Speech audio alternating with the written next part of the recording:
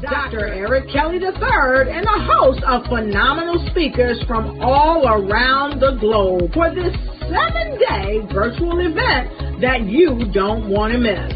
The mission of the Black Business Expo is to raise scholarship money from kids all the way from high school all the way from college. The Black Business Olympics is one of the largest Black business showcases in the world. It is an opportunity for businesses and companies to showcase their businesses globally. We are going to be giving away laptops up to $5,000 away to students. Again, I'm Olivia Appleberry, the founder of 2 Cents Finance and one of the speakers for the expo. I am so excited to see you there. For more info, go to www.blackbusinessexpousa.com or call 919-308-9090 and hope to see you there.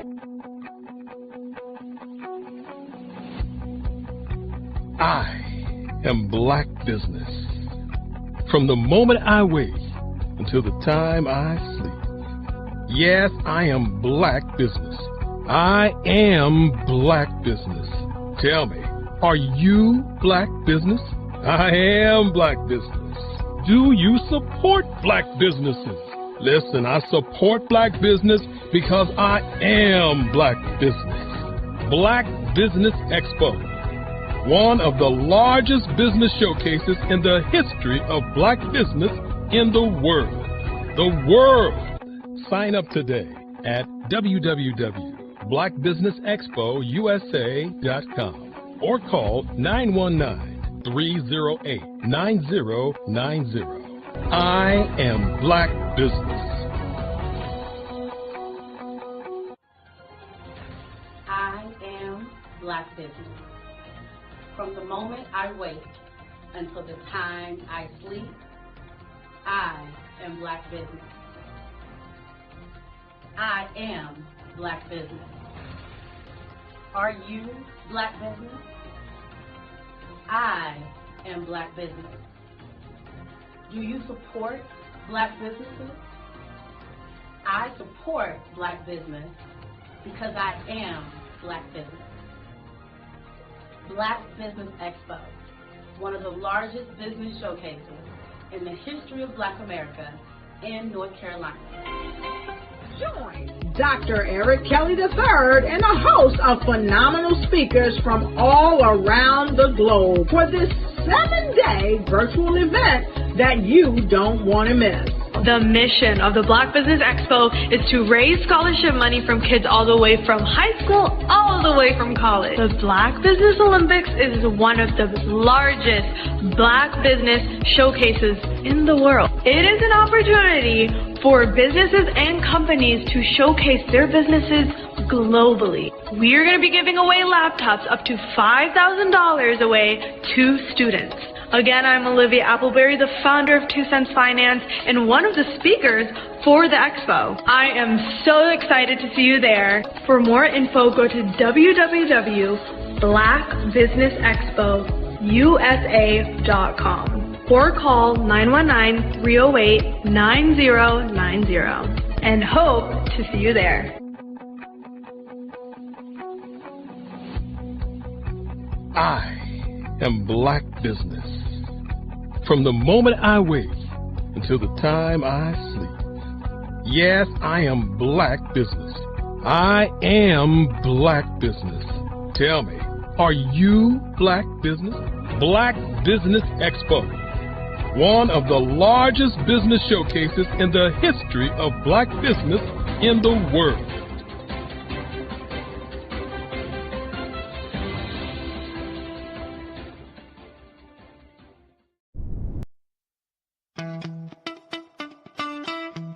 How many times have you been asked to help someone you didn't even know, a student, a business entrepreneur, or did you ever even ask, where did they end up?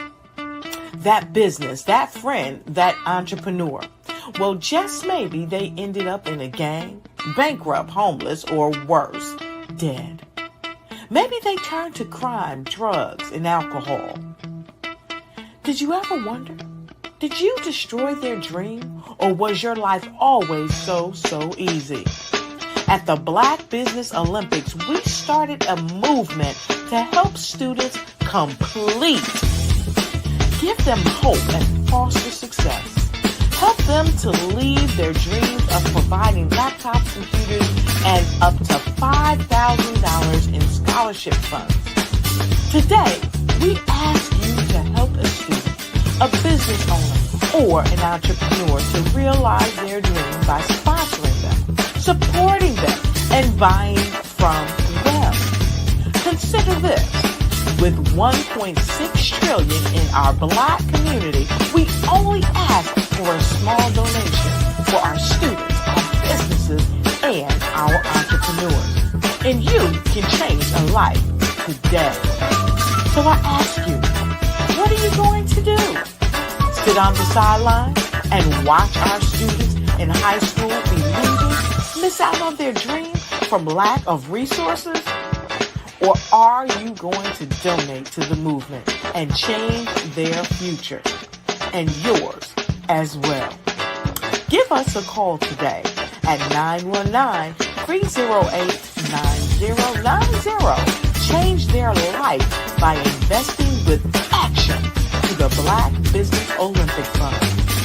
The Black Business Olympics, one of the largest business showcases of Black business in the history of the world.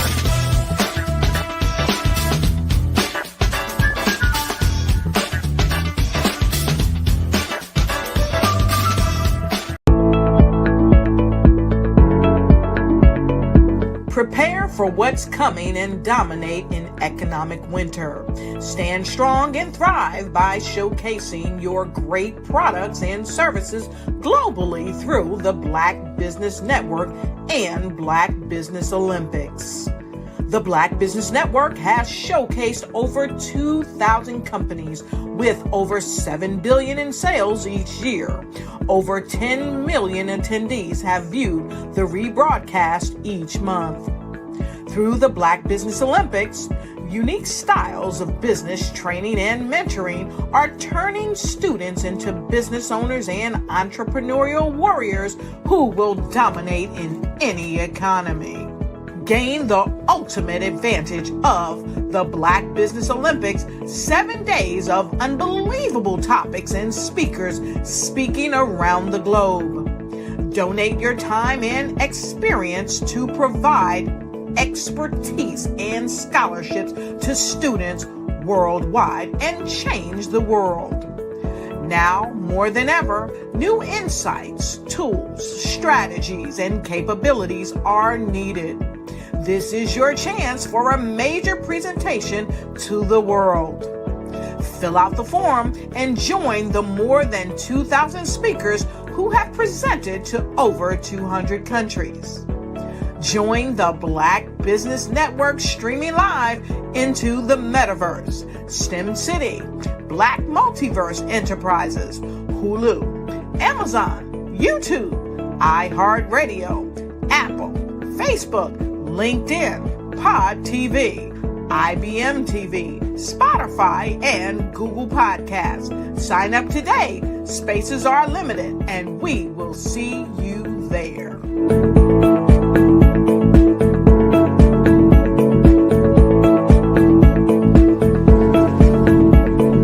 The Black Business Expo's mission is to raise funds for high school seniors going to college or K-12 entrepreneurs. This expo is a fundraiser for students. Please, you may go to www.blackbusinessexpousa.com to donate to the scholarship fund or use the Cash App at $BBXUSA. Our goal is to give laptops and up to $5,000 to 10 students. Students can register online at www.blackbusinessexpousa.com. Every dollar counts. Please donate to the Black Business Expo USA Scholarship Fund.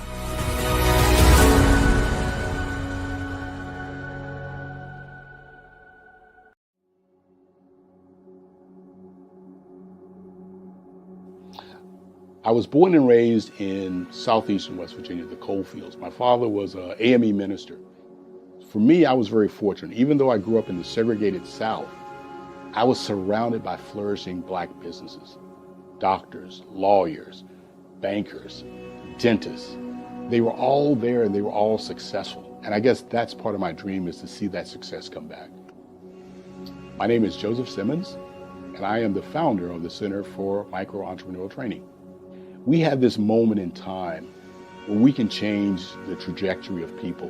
And our focus is on women, Black and brown entrepreneurs, and their access to capital, their ability to build thriving businesses, the ability to employ people.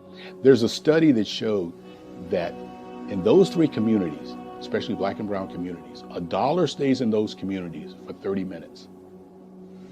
In white community, $1 stays in their communities for 8 hours. So think about it. For you in a Black or brown community to get gas, to get food, to go to a restaurant, you've got to leave your community, take those dollars out of that community and take it to another community that's already being well served. So if we can reverse that, if we can go from 30 minutes to an hour to 2 hours, that's progress. That's what we need to do. I was with SCORE, and then in May of 2020, of course, the events happened in regards to the murder of George Floyd. The other thing that I was experiencing was the denials of federal funds for small businesses. And it revolved around one thing. These businesses were not being prepared for grants and for government programs. And I came up with the idea for the Center for Micro-Entrepreneurial based off those two things. Morgan Stanley had a report out in 2020, first quarter, and it talked about there were 3 groups that were massively devastated by COVID-19 on their business. That was 1, women, number 2, Black, and number 3, brown entrepreneurs. The research showed that they had less cash on hand, they had less opportunity to go into a bank and get money, and they were very dependent on family and friends to keep their business up and running. If we can focus on those 3 groups, then we can have a dramatic impact on our communities. Really, the focus is on 3 areas. And those 3 areas are 1, the people, number 2, the courses, and number 3, a support network. Here at CMAT, we will provide you with the fundamentals for generational success. And you will be creating a vibrant community by attending our 5-day immersive training course.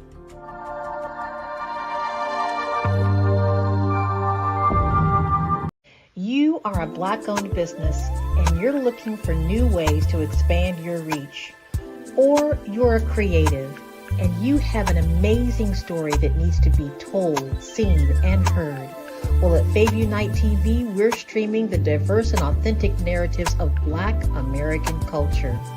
At Fayview Night TV, you have access to product placement, feedback loops, promotional spotlights, and other ways to showcase your brand. And we have fans all around the world that can't wait to see what you're up to.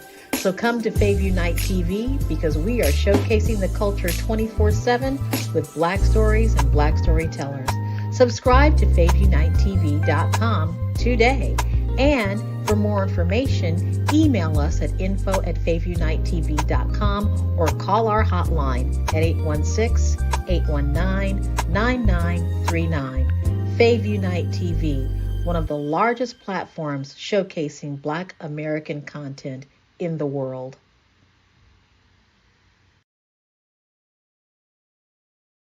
I was born in a little village on the island of Haiti.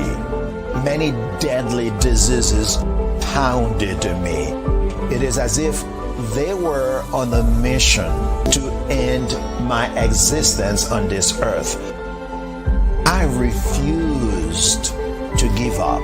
In 1983, I left Haiti and came to the United States of America. And I came with $5, 2 shirts. I didn't speak in English. I came to Atlanta. I got a job. I was a doorman. I was a doorman with a dream. What I used to come on stage. I'd rehearse this moment that I'm standing in front of you. That's the power of a dream. Maybe today is the day you begin acting as if you already have it. And then step out with full force. Take a risk. No condition is permanent. Don't let your situation distract you. You are chosen. You are called. You are born for a purpose in this life.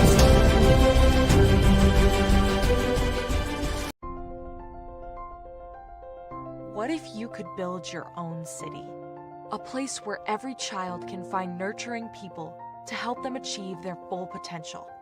A place where every adult can access job training support, where health education is abundant, where social justice ruled the land. A place without limitations. Welcome. You have arrived at STEM City USA. It is what every city should be. A safe and trusted community where you find people and resources to help you become everything you are and beyond. STEM City is unlike anything you have ever experienced. It is a digital twin of the world around you, only better. STEM City is about energy and soul renewal. It is more than a digital world. You can almost feel the power of live cultural events, music, and theater. STEM City promises a better future for children with caring mentors and hands-on activities with dedicated tutors to support our youth. STEM City is your passport to a healthy lifestyle with weekly events addressing our community's many issues. STEM City is your financial well-being with helpful information on wealth management, career advancement, job training, and so much more. STEM City is the community you deserve. It is the city where your dreams can come true.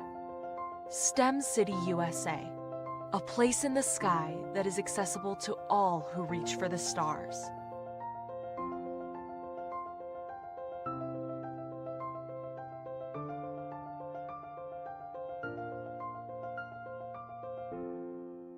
Artist to me is a creative expression of something from nothing. You know, it explodes onto the canvas, or it explodes on in my work. One of the things that I try to do more than anything is I try to just give the lines and the movements and emotions and expressions into what I do. Art really means to me a chance to express how I feel deep down inside. Most of my art begins as a thought that I might have, you know, whether it's sports, whether it's history, whether it's a woman or a man. It pretty much starts as an idea of thought before I get into the actual image of what I'm going to draw. I do a lot of historical pieces. I was a history minor in college, and I love to do history pieces. And a lot of times I'm thinking about history, and then I try to make that history impact you as you look at it. That's one of the reasons I do pictures so large. People ask me, why do I do the pictures so big? And I tell them, I want the piece to impact them as they're looking at it. To kind of dominate them, dominate their space.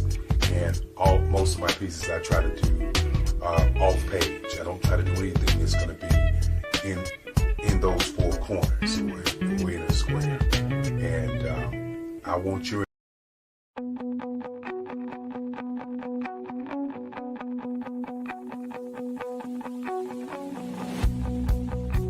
I am Black Business. From the moment I wake until the time I sleep. Yes, I am Black Business. I am Black Business. Tell me, are you Black Business? I am Black Business. Do you support Black businesses? Listen, I support Black business because I am Black Business. Black Business Expo, one of the largest business showcases in the history of Black business in the world. The world! Sign up today at www.blackbusinessexpousa.com or call 919-308-9090. I am Black Business.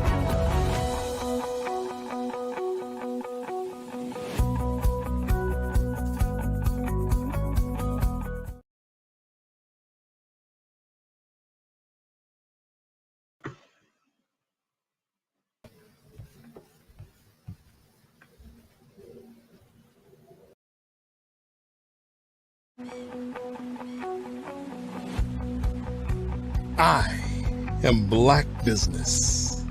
From the moment I wake until the time I sleep. Yes, I am Black Business. I am Black Business. Tell me, are you Black Business? I am Black Business. Do you support Black businesses? Listen, I support Black business because I am Black Business. Black Business Expo, one of the largest business showcases in the history of Black business in the world. The world! Sign up today at www.blackbusinessexpousa.com or call 919-308-9090. I am Black Business.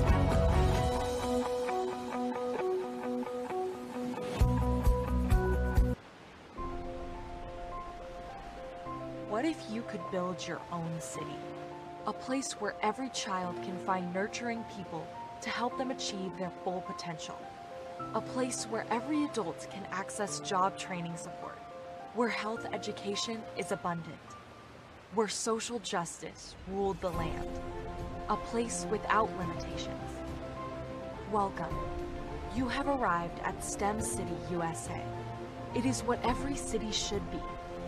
A safe and trusted community where you find people and resources to help you become everything you are and beyond. STEM City is unlike anything you have ever experienced. It is a digital twin of the world around you, only better. STEM City is about energy and soul renewal. It is more than a digital world. You can almost feel the power of live cultural events, music, and theater. STEM City promises a better future for children with caring mentors and hands-on activities with dedicated tutors to support our youth. STEM City is your passport to a healthy lifestyle with weekly events addressing our community's many issues. STEM City is your financial well-being with helpful information on wealth management, career advancement, job training, and so much more. STEM City is the community you deserve. It is the city where your dreams can come true. STEM City USA, a place in the sky that is accessible to all who reach for the stars.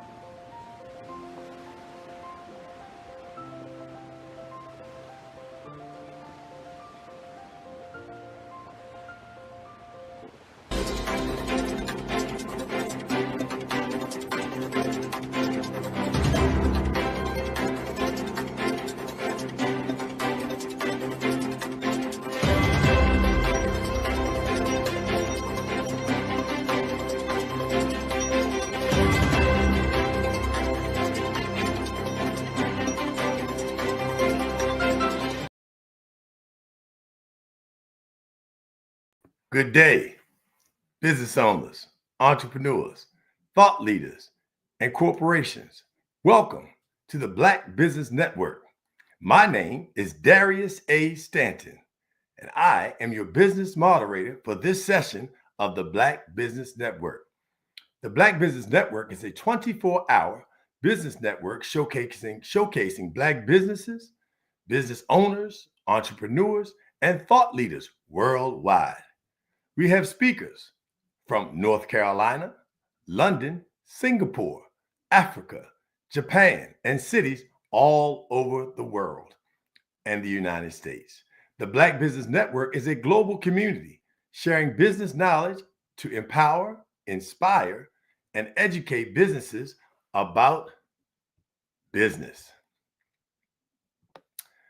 We are with today Miss Nikki Curry, who's a renowned brand visibility and public relations strategist.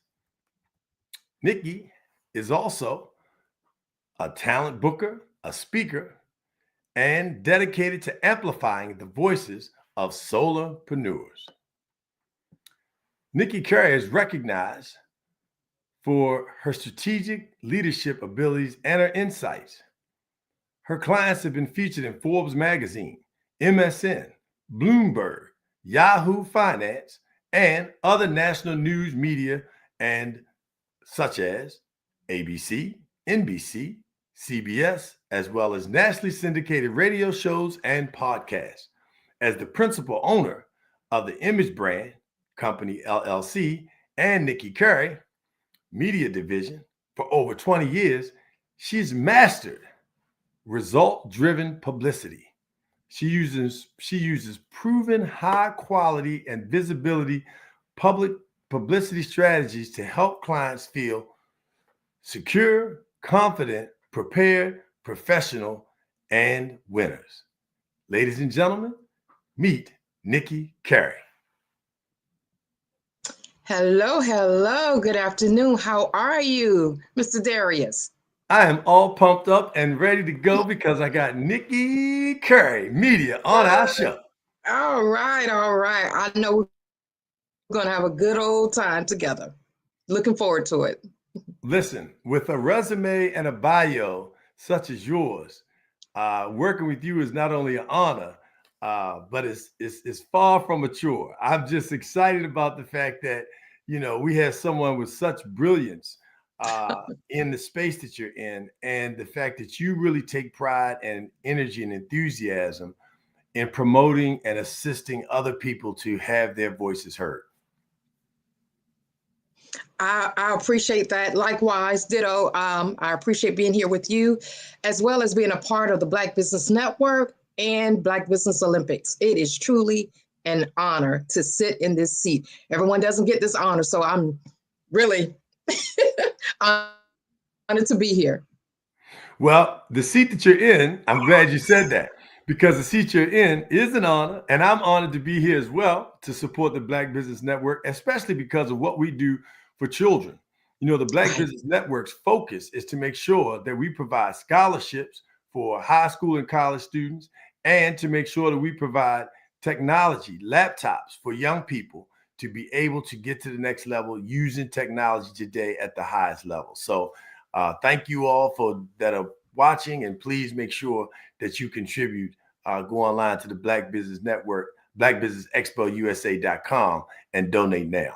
So the hot seat. So this is called a fireside chat.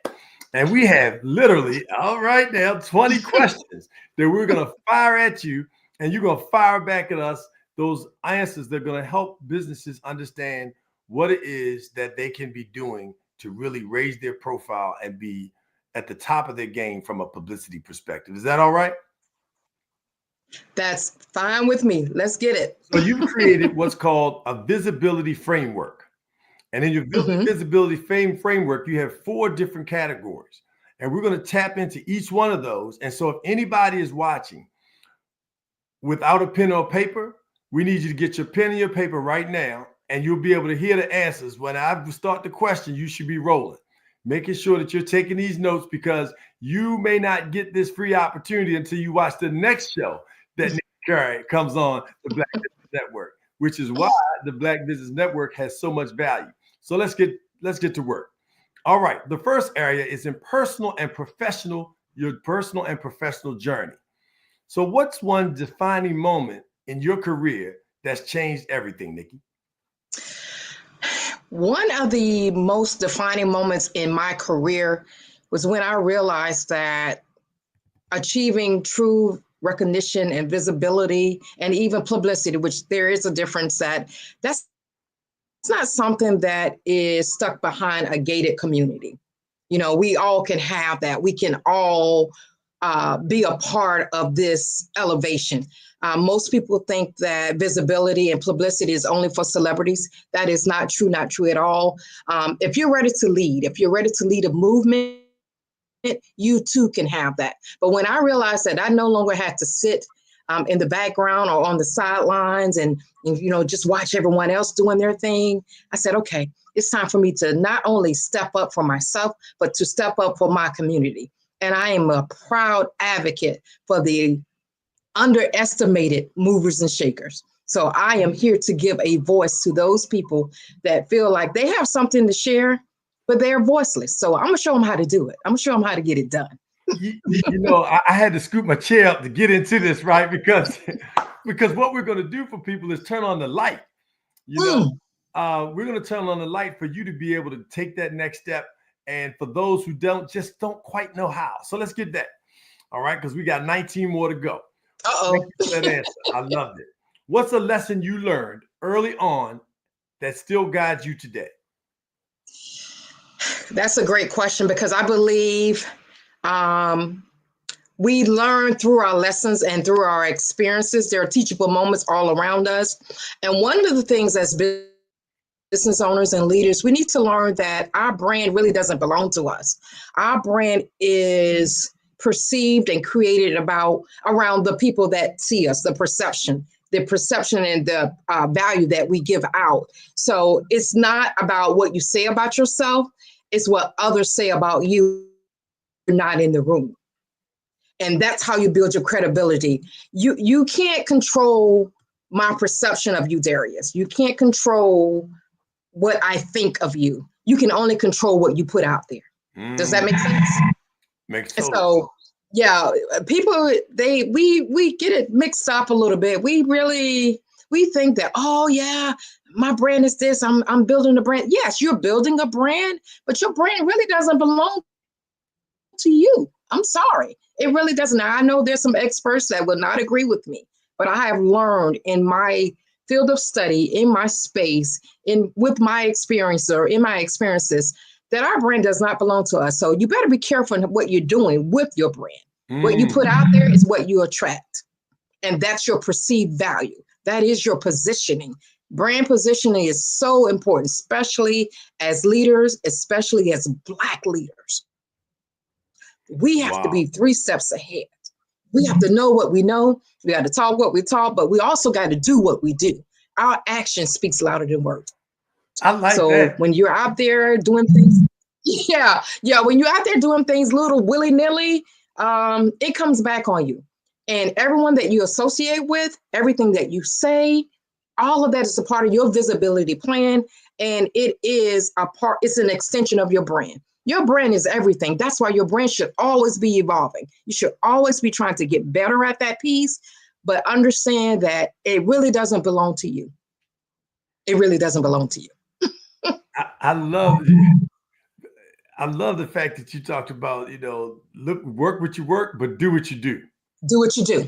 Yeah. Talk is cheap, talk is cheap all day. What did it say? Walk it like you talk it? Walk it like you talk it. There you go. I love that. You don't control the brand, but you control what you put out there. That's it.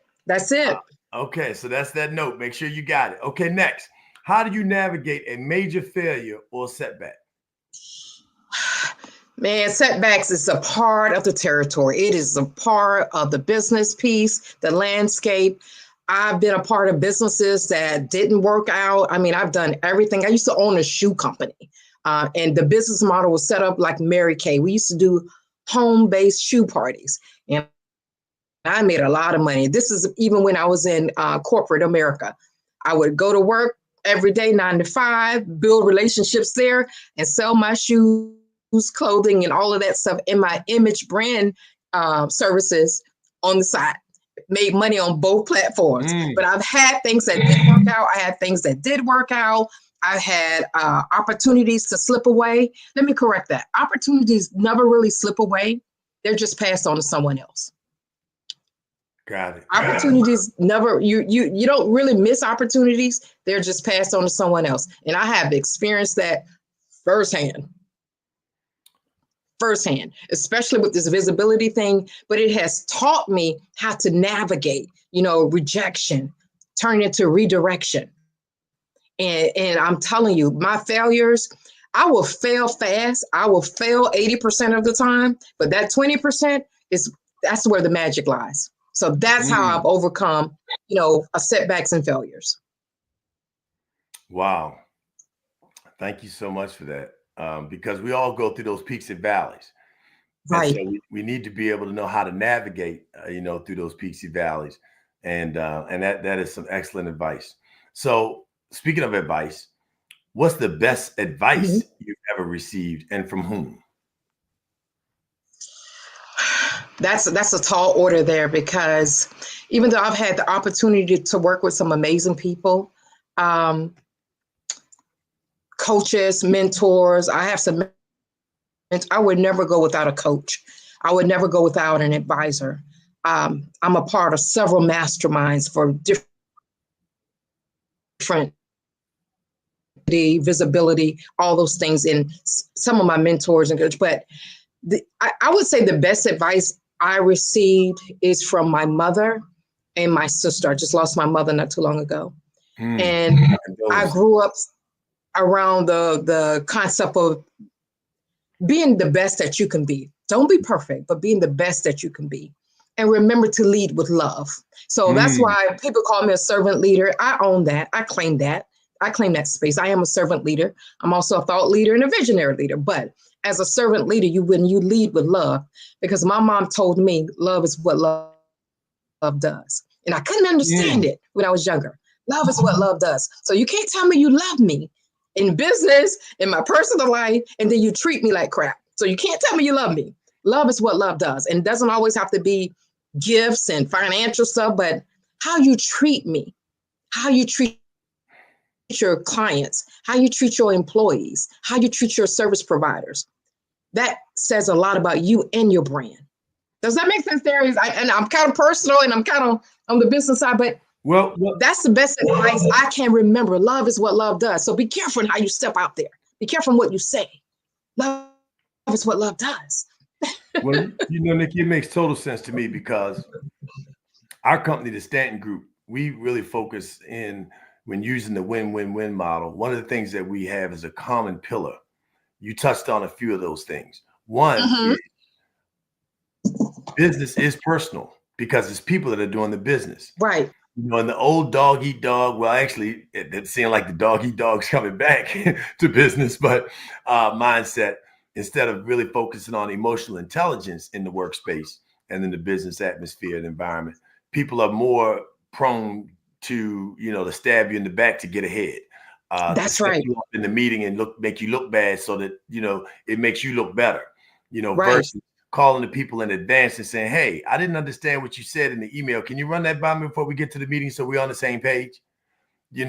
Right. Those keys, that's going to how you treat people, right? How you treat people. That's right. And that's a part of leadership. That's leadership. That's real leadership. That's all it is. Now, the unfortunate thing is people are still in leadership roles that are practicing the opposite and teaching people to do the opposite. Exactly. Right? So that's why it's important for people to work with folks like Nikki Curry Media, so that they understand the value in being able to treat people good, and it pays off for you in the long run because of the value of the relationship. Relationships can get you in doors that money cannot. So and then you said something about your mother told you to lead with love, right? Love, don't show me what love. My brother Messiah Ramkissoon has a song. Don't show me what love says, show me what love does. That's it. I heard that every day of my life. Love is what love does. And it got on my nerves until I got older. And I started saying it to my children. Love is what love does. And they're like, what are you talking about? Love is what love does. And a place for everything, and everything in this place. See, I'm going to get a little deep here. Give me a minute, Darius. Get deep with it. Come on, we got time. And I didn't know this. I really didn't understand this. A lot of things that we do, the lanes that we're walking in, the paths that we're on now, a lot of this stems from the things that we experience as children, our childhood stuff, even our trauma. And some of us that are into leadership or we go into business, a lot of us are working in those businesses trying to do some of the things or correct some of the things that we are against. That's why I teach and preach visibility, because I'm here for the underdog. I know what it's like to feel like the underdog. I really do. I know what it's like to be underestimated. Being underestimated is my superpower. And that's why I teach others, because as a child, I was underestimated. I was an afterthought. And it made me realize that I didn't know this at that time. As I got older and became a business owner and became a leader and being in different rooms, it's like, okay, your main job is to empower others. And that's what I do. That's what I do. But I just do it through the forms of marketing and PR and all that, and help build brands and all that good stuff. But it's what I do. And it's something that I hated when I was a young child. Wow. That's why I'm here. That's my assignment. I love it. Well, we are so glad that you're taking your assignment and running with it, and that you took the tools and gifts that and lessons that your family trained you in to really create what it is today. I mean, again, when people get a chance, go to Nikki Curry Media and, look at, tell us your website so people can go, find you. Well, we do have a landing page where they can get some tips and things from us. They can go to tinyurl.com/Nikki Curry. My website is being revamped right now, or they can connect with me on LinkedIn. Now, LinkedIn is better than any website I know because it has a built-in audience. That's a visibility strategy that I teach my people. If you want to see the real brand tone or the brand voice of Nikki Curry, check me out, Nikki Curry Media on LinkedIn. All my stuff is there. I lay it out there. I give it all. I give you my best and you'll pay for the rest. Oh. Come on, we were with the Black Business Network, Black Business Olympics Freestyle. We got you right here live with Nikki Curry Media. Okay, let's keep it moving. So make sure, hey, listen, we're gonna have a quiz at the end of the class today. Okay.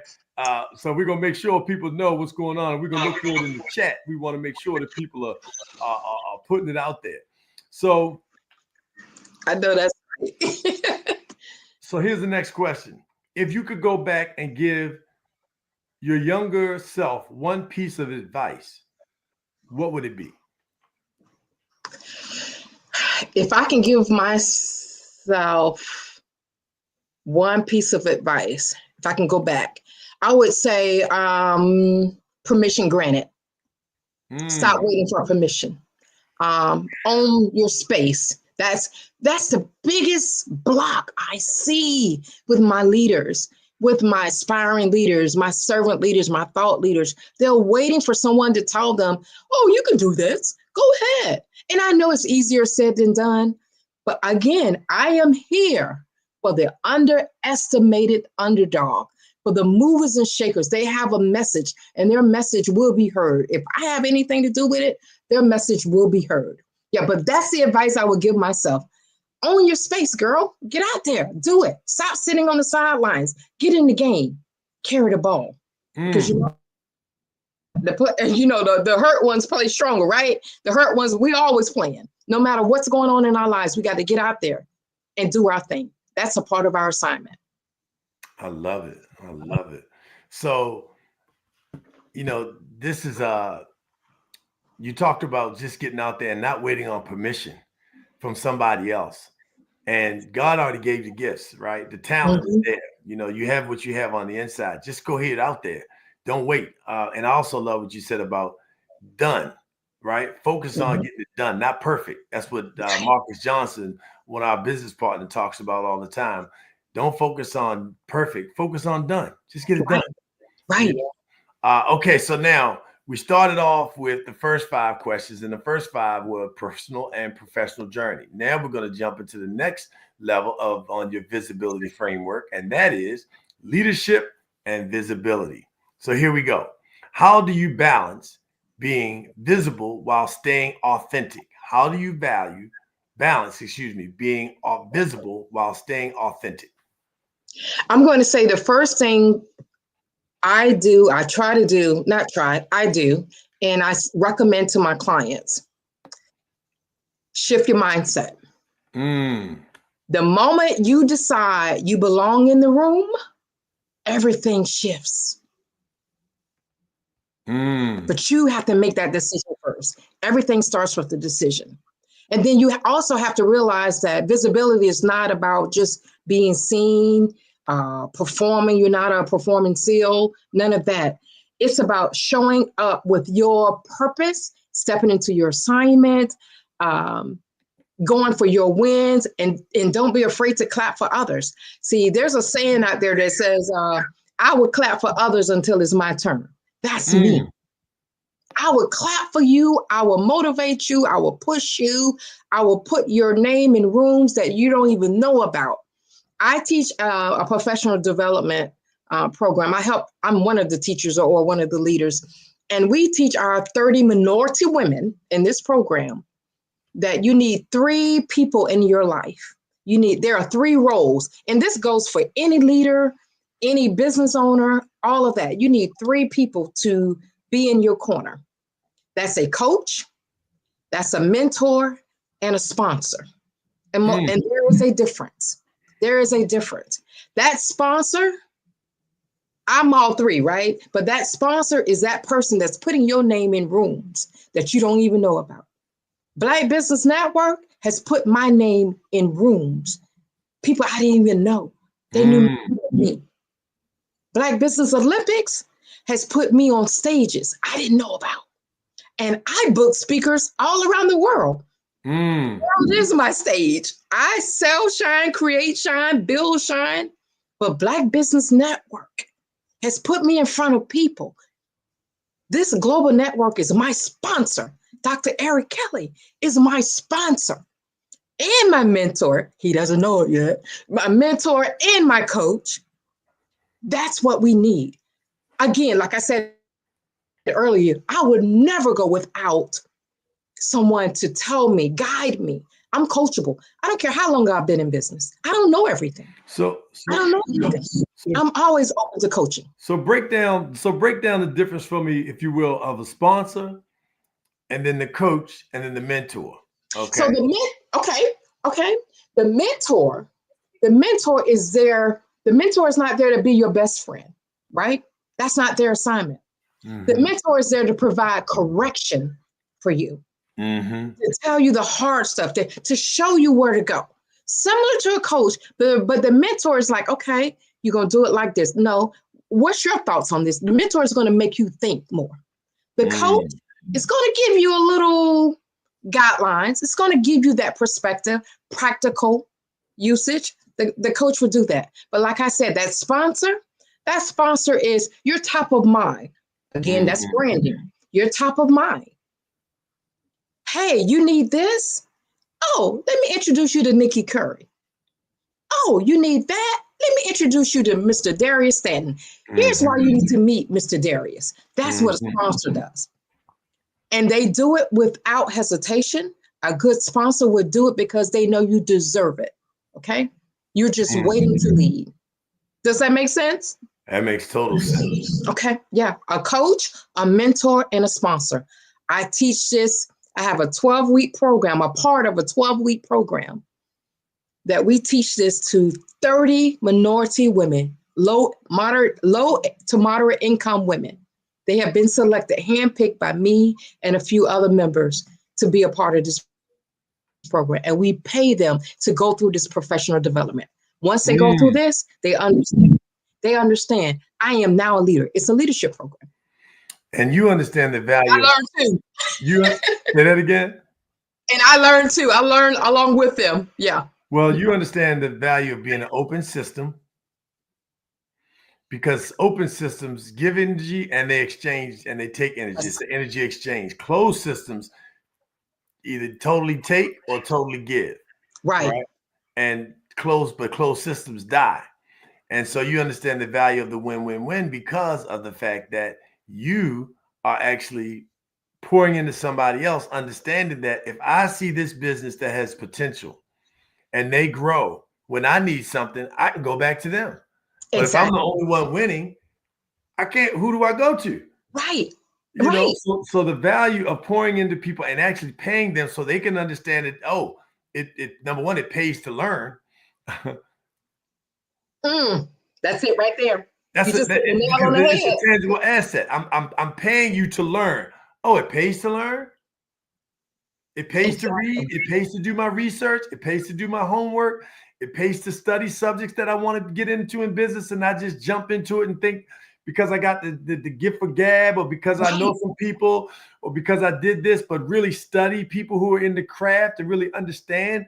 By the way, I got that from our coach, Dr. Kelly. Right. And my mother and a host of other people, but I always love to give credit where credit is due. Me too. Why you want to tune into the Black Business Network, because of that. Excellent point. So now let's go to the next question. What strategies have helped you build credibility in your industry? Like you just said, first, shifting my mindset. I had to shift my mindset because I can't teach others what to do, how to elevate their platforms, how to create an executive presence, how to be a thought leader, how to be a subject matter expert or a person of authority until I shift my mindset. I'm so used to working behind the scenes. I'm so used to pushing and encouraging others that I decided a while ago that now it's for my time to step up and lead from in front of the room. And what I mean by that is to educate. It's not so much about being seen. Look at me, look at me. I don't care anything about that. Never have, never will. But it's about, I want to be able to help more people. But in order for me to help more people, they have to know I exist. They have to know I exist. I got to walk my walk, talk my talk, because activity breeds activity. So some of the strategies that have helped me and helped my clients build credibility within their industries, because people don't know they exist, making them or showing them how to find their unique value, showing them how to create a plan, a visibility plan to increase their credibility, because it's not a cookie cutter process. What may work for you, Darius, may not work for me. It may not work for me. So you have to know, you have to build your visibility and your credibility based on your strengths, based on your own terms. You can't do what Mary, Jane, and Joe is doing over here. You got to build your own platform based on you, your expertise, and know your strengths and know your weaknesses. So that's important. I teach them how to leverage media. I teach them how to get with reputable organizations. Who you associate with says a lot about you. It's an extension of your brand. It really is. I teach them about messaging, how to be consistent in their messaging. Your messaging is a part of branding. And I keep going back to branding because you can't have visibility, you can't have publicity without effective branding, right? I don't care how many websites you got, landing pages you have, social media channels you have, but if your brand is messed up offline, it's going to be messed up online. See what I'm saying? So your messaging, the three main important factors of branding, effective branding, is your image, the way you show up. Think about the way you show up. If you show up every time you are out in the public, because your public is everywhere, your public is watching you. If you think about, what's his name, Steve Jobs, he would show up in the black shirt, black t-shirt. That's a part of branding, right? That's important. The other piece is I said the image, then the messaging. The messaging is second, right? How you position yourself, how you create your platforms. The third important factor of branding is your point of view. Everyone has a point of view. Everyone has a point of view. I teach my clients how to share their point of view, how to share their perspectives, because your perspective is what sets you apart from everyone else. You may not agree with me, you may not like me, but I believe you're going to be listening to me. And you know what we call that? Public relations. Being coached. Being coached. Being coached. That's it. You must be coachable. Yep. So let's go from authenticity to what do people and we're running now. We got to. So after this question, I'm gonna start hitting you with, boom. We go 30-second, boom, 30-second, boom. We're gonna get this list. All right, we're gonna do this fireside chat. Gotcha. Carry media style. Okay. What do most people misunderstand about leadership? They misunderstand that it's not about your title. It has nothing to do with your title. That is nothing to do with your title. It's about influence and impact. And influence is built on consistently showing up for your people.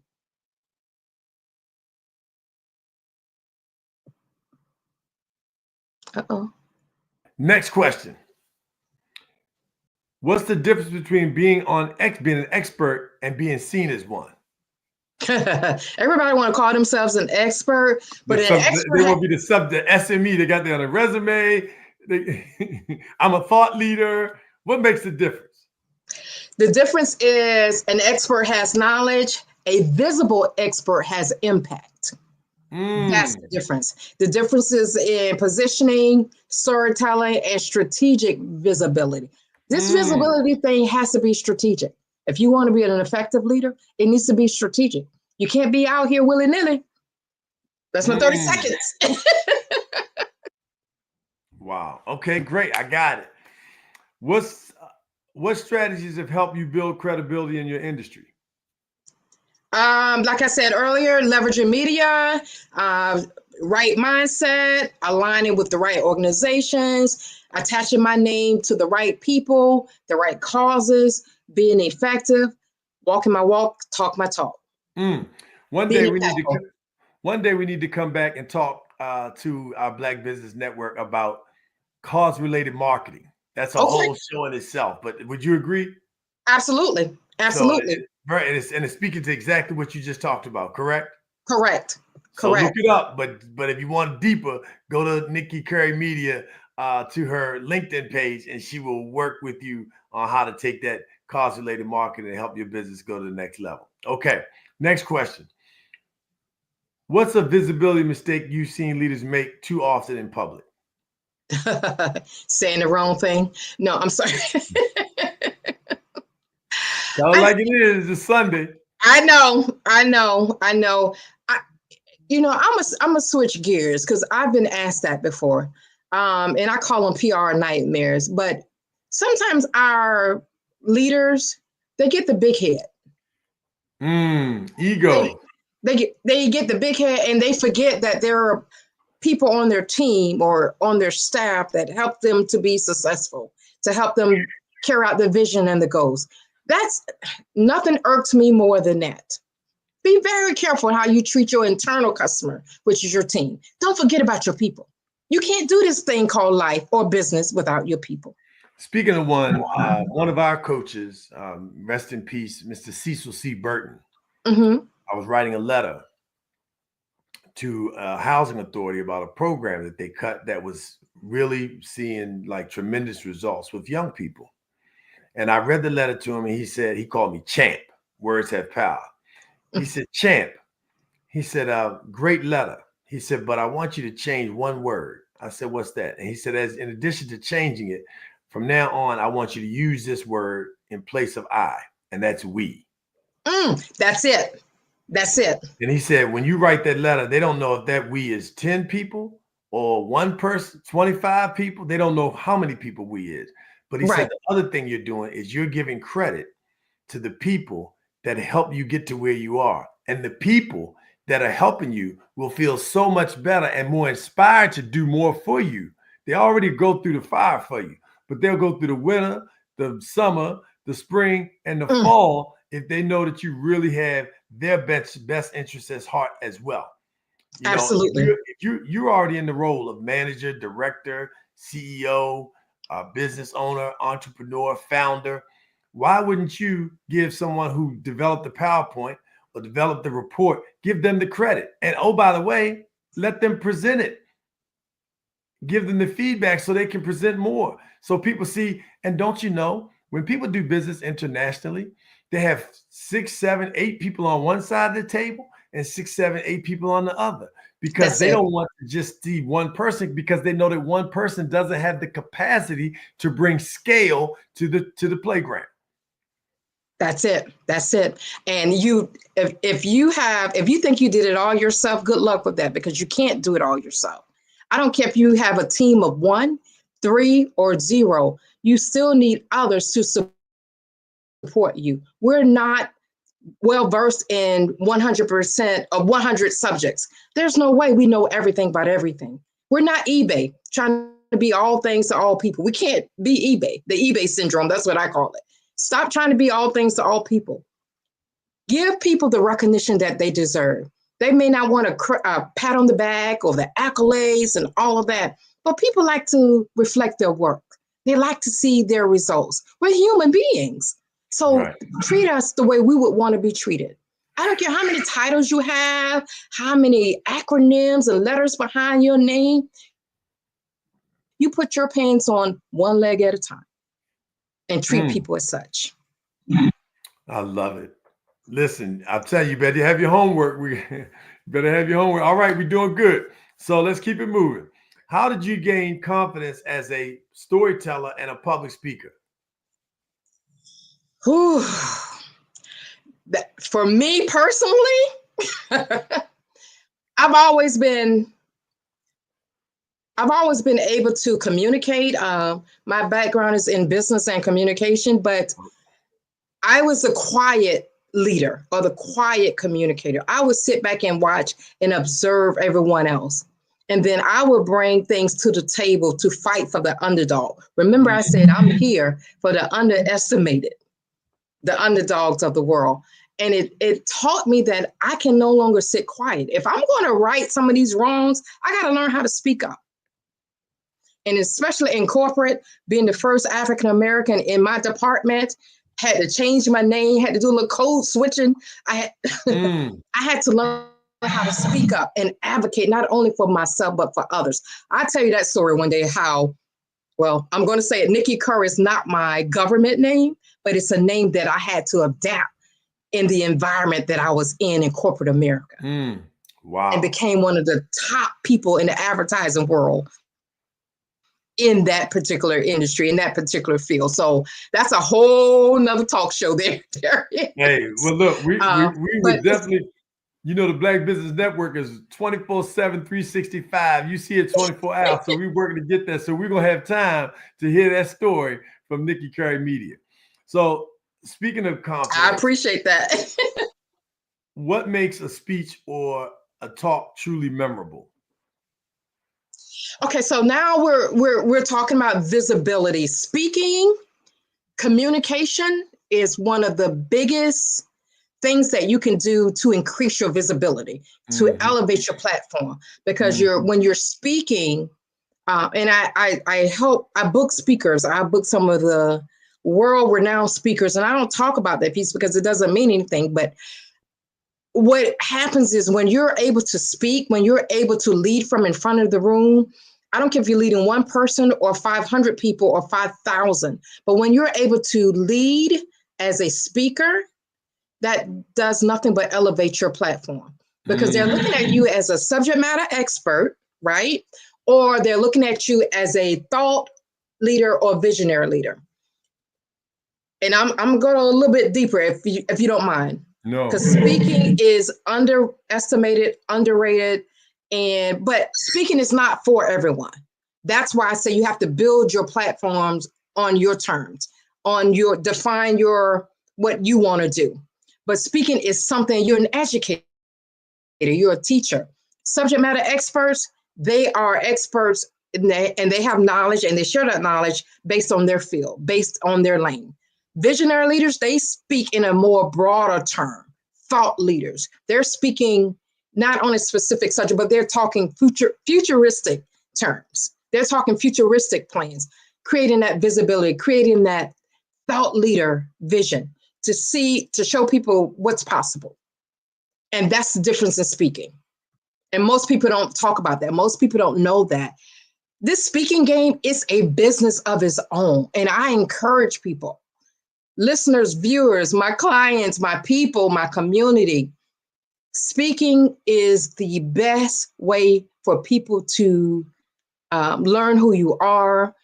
It is the best way for people to become a part of your community. You want to build community. You can build content all day long. Content is king, community is queen. You want to build your community through speaking. That's one of the best visibility strategies I can give you. And there's a whole another talk show to speaking, the business around speaking, how to do it, where to do it, what you should be doing, where you should be on the stage.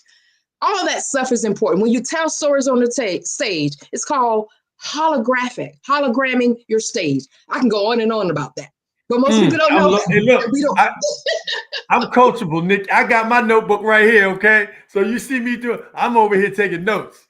You know, I'm listening while I'm walking, and I'm talking while I'm learning. So I'm rolling right here with you.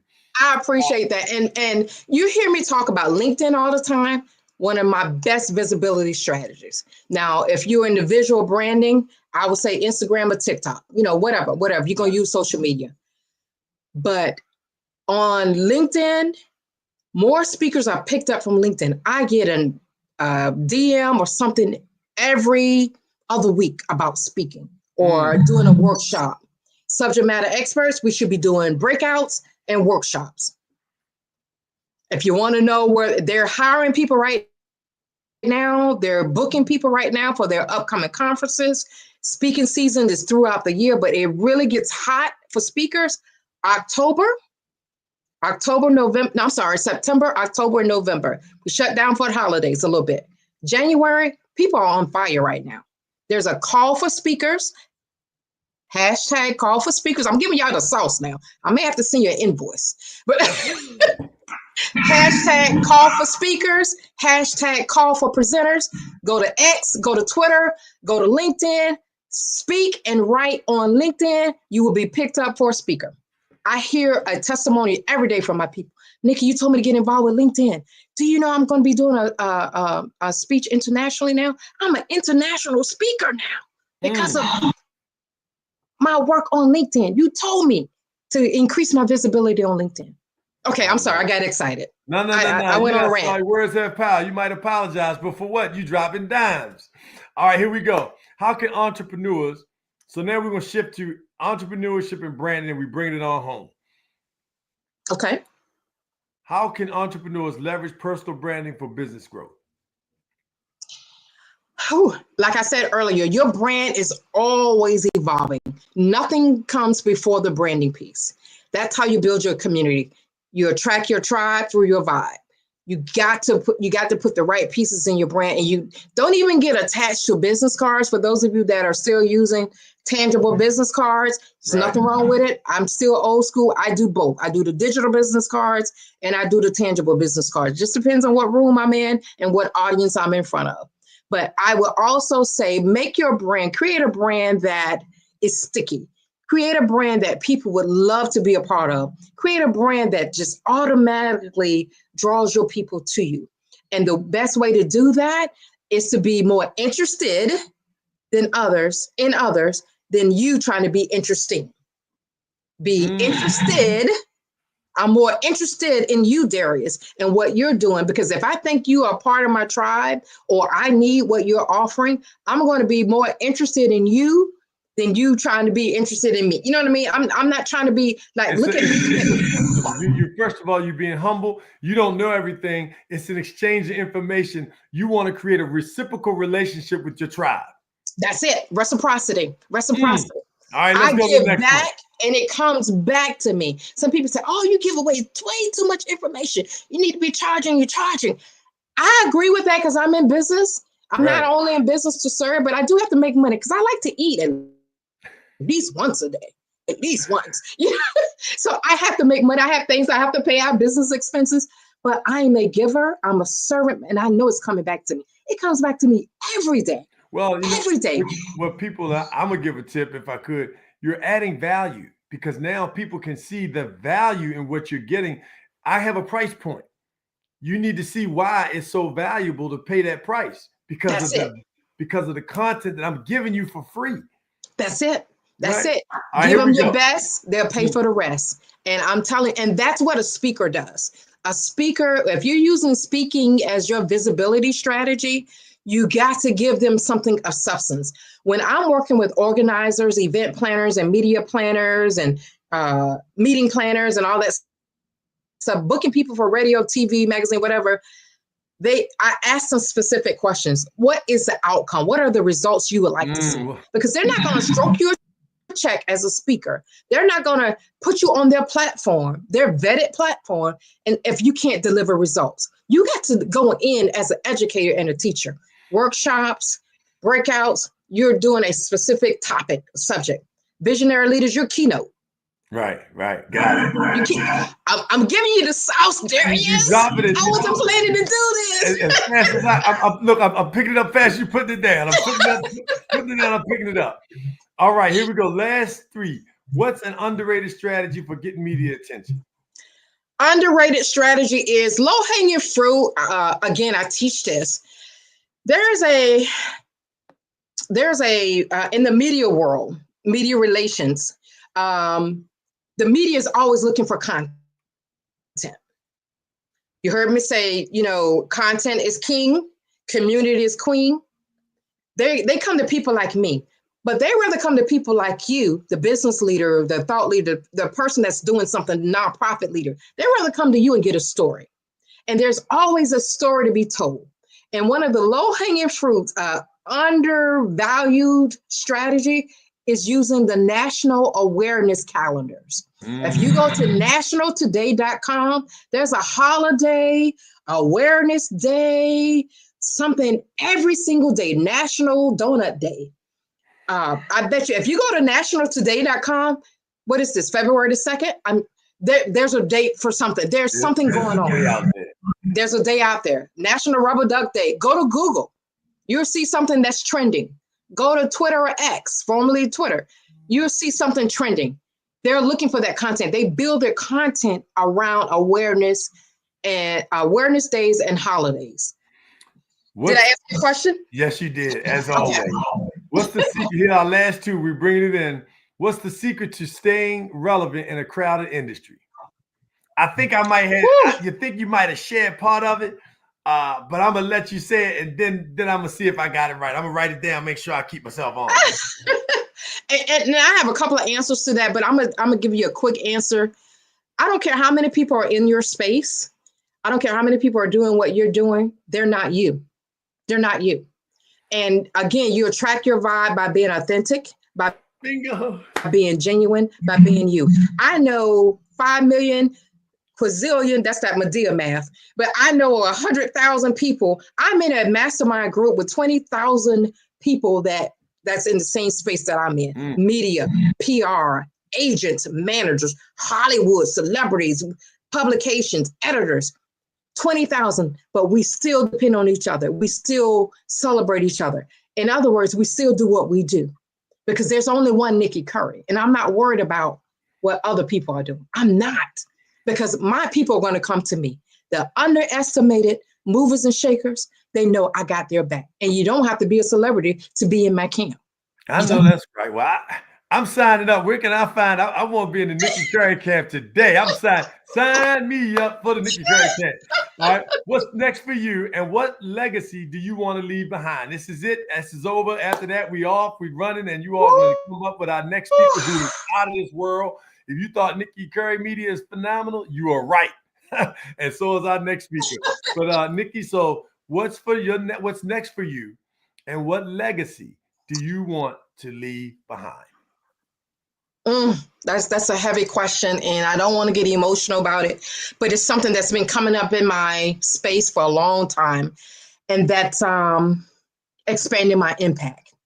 That's the legacy I want to leave. Let the work I've done speak for me. In my personal life and my professional life. Again, I'm not trying to be the best and the celebrity and all of that. I just want to be that impactful person. I want someone to say, if it wasn't for Nikki Curry, or Nikki Curry showed me how I can step into my greatness and own my greatness, and now I'm doing it, and I thank her for it. That's all I want. Listen, the impact. That's it. Nikki Curry Media, it has been such an honor and a pleasure to be here with you on this fireside chat. On behalf of the Black Business Network and Black Business Olympics, we are so grateful for your talent, your treasure, and the willingness to share and give to people. Make sure you share this. Make sure you write these down. Go back and review it again and get the notes. Make sure you like it, because we're making sure that young people benefit from scholarships, and we're making sure they benefit from laptops here on the Black Business Network. Nikki Curry Media, thank you so much for joining us. And genius is coming, and we'll see you on the other side.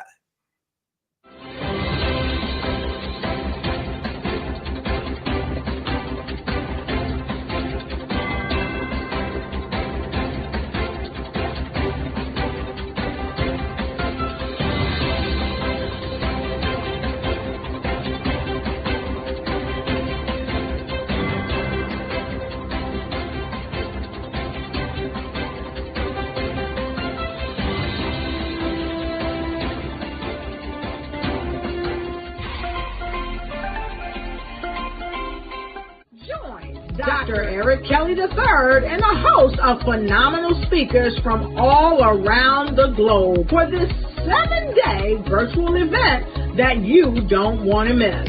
The mission of the Black Business Expo is to raise scholarship money from kids all the way from high school all the way from college. The Black Business Olympics is one of the largest Black business showcases in the world. It is an opportunity for businesses and companies to showcase their businesses globally. We are going to be giving away laptops up to $5,000 away to students. Again, I'm Olivia Appleberry, the founder of 2 Cents Finance and one of the speakers for the expo. I am so excited to see you there. For more info, go to www.blackbusinessexpousa.com or call 919-308-9090 and hope to see you there.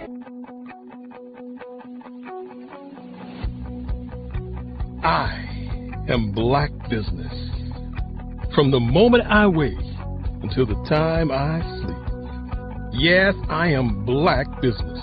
I am Black Business. Tell me, are you Black Business? I am Black Business. Do you support Black businesses? Listen, I support Black business because I am Black Business. Black Business Expo, one of the largest business showcases in the history of Black business in the world. The world! Sign up today at www.blackbusinessexpousa.com or call 919-308-9090. I am Black Business. I am Black Business. From the moment I wake until the time I sleep, I am Black Business. I am Black Business. Are you Black Business? I am Black Business. Do you support Black businesses? I support Black business because I am Black Business.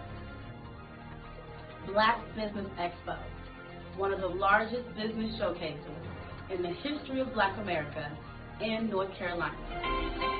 Join Dr. Eric Kelly III and a host of phenomenal speakers from all around the globe for this 7-day virtual event that you don't want to miss.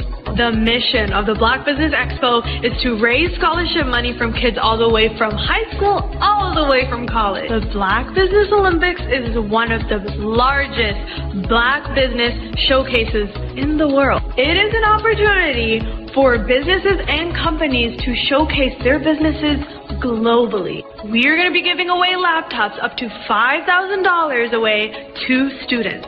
Again, I'm Olivia Appleberry, the founder of 2 Cents Finance and one of the speakers for the expo. I am so excited to see you there. For more info, go to www.blackbusinessexpousa.com or call 919-308-9090 and hope to see you there.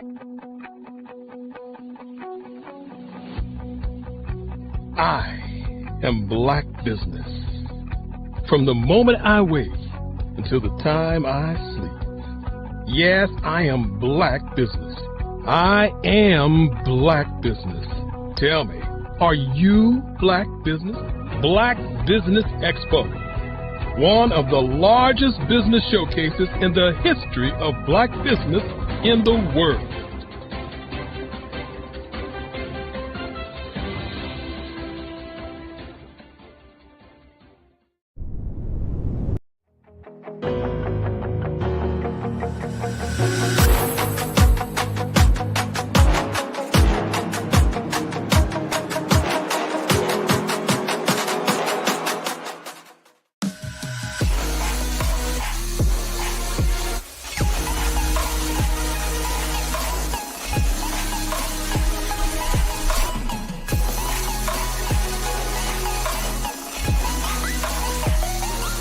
Sometimes you got to hear the news from the Black perspective, and more specifically, Black publishers. And that's exactly why you have to download the HeyTie app, the largest mobile app delivering breaking news, videos, and podcasts from 200 of your favorite Black publishers. Yes, 200 Black publishers delivering news as it happens, literally all in one app. Go to HAYTI.com or download the app in the Google Play Store or Apple App Store. It's completely free, along with information that you can trust, so go check them out.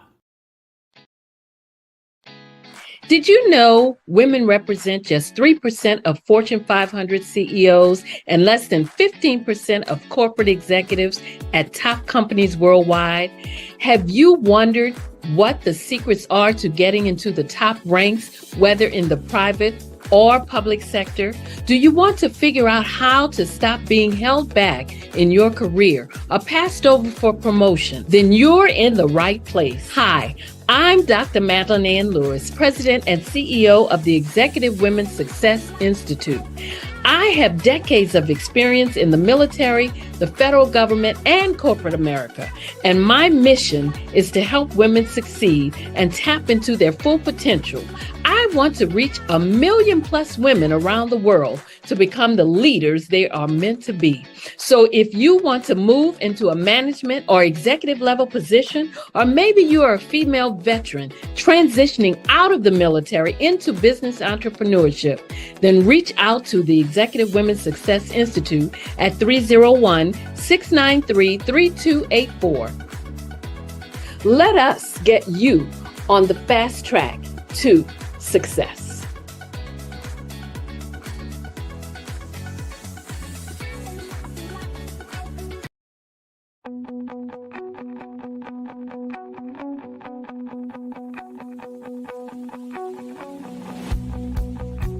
I am Black Business.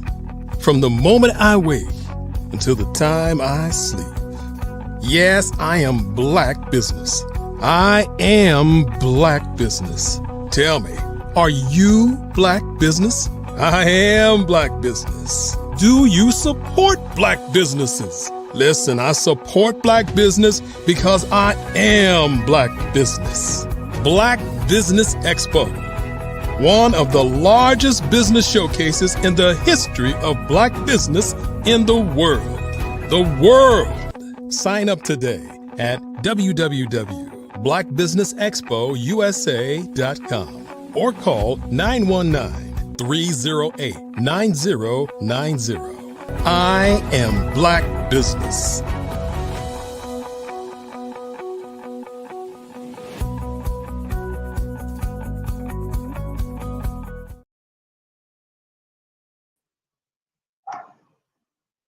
Good day, business owners, entrepreneurs, thought leaders, and corporations. Welcome to the Black Business Network. My name is Nikki Curry. I am your business moderator for this session of the Black Business Network. The Black Business Network is a 24-hour business network showcasing Black businesses, business owners, entrepreneurs, and thought leaders worldwide. We have speakers from North Carolina, London, Singapore, Africa, Japan, and cities all over the United States. The Black Business Network is a global community sharing business knowledge to empower, inspire, and educate businesses about business.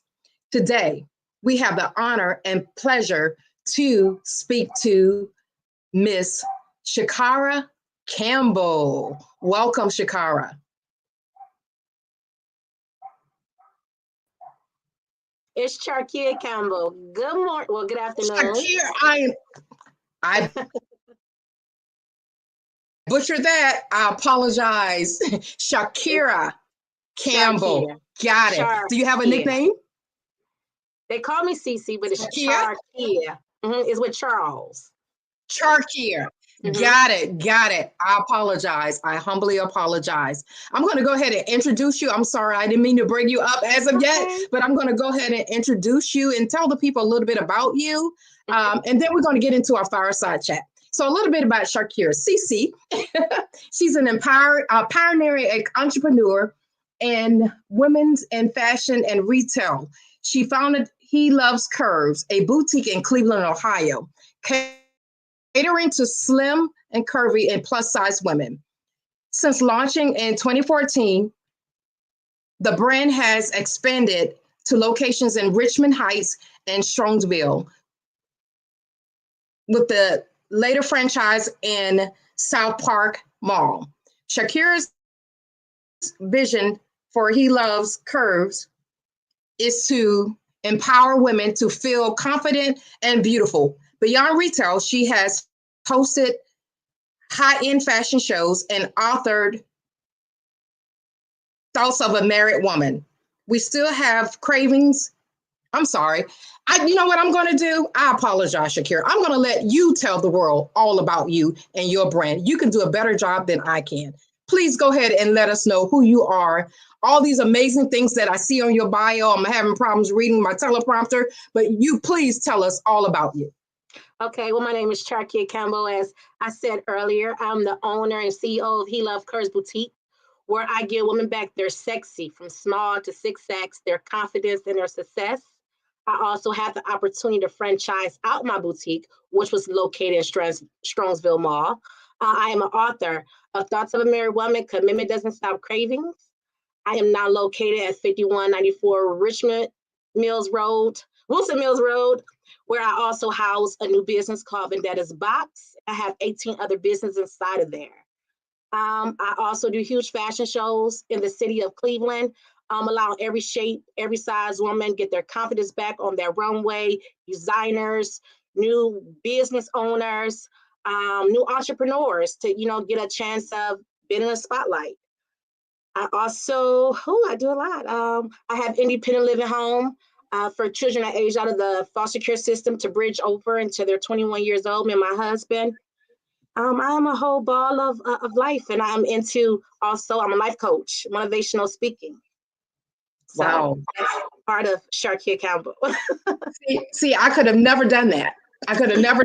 So thank you for sharing that information with us. I want to jump into some questions here. I want to talk to you about your platform. I want to talk to you about all of the endeavors that you are part of. I know you're doing some great work, some really great work. So give me a few minutes and let's talk. Are you ready? I'm ready. Let's go. Okay. So tell me, my first question to you is, where are you from and what was your family composition growing up? Because you know that childhood and growing up and the things that we experience as children plays an important part of who we are today. Single parent home, but father, definitely great to be able to deal with and talk to. My mom was very independent and she was definitely a leader. I became a 16-year-old mom. I did not finish high school, got a GED at 30 and started my career. And look at you now, serial entrepreneur, serial leader. You are a thought leader. You are doing it. You're showing us how to get it done. Oh, wow. So thank you for sharing that information with us. My next question to you is, when it comes to school, some of us, school wasn't our forte. And some of us, it was really our launching pad for what we do today.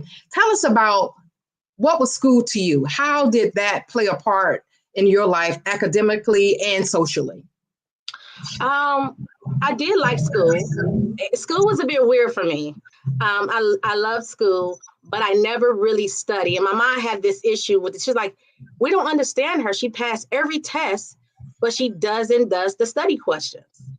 I've always been like the life, from cheerleading, basketball.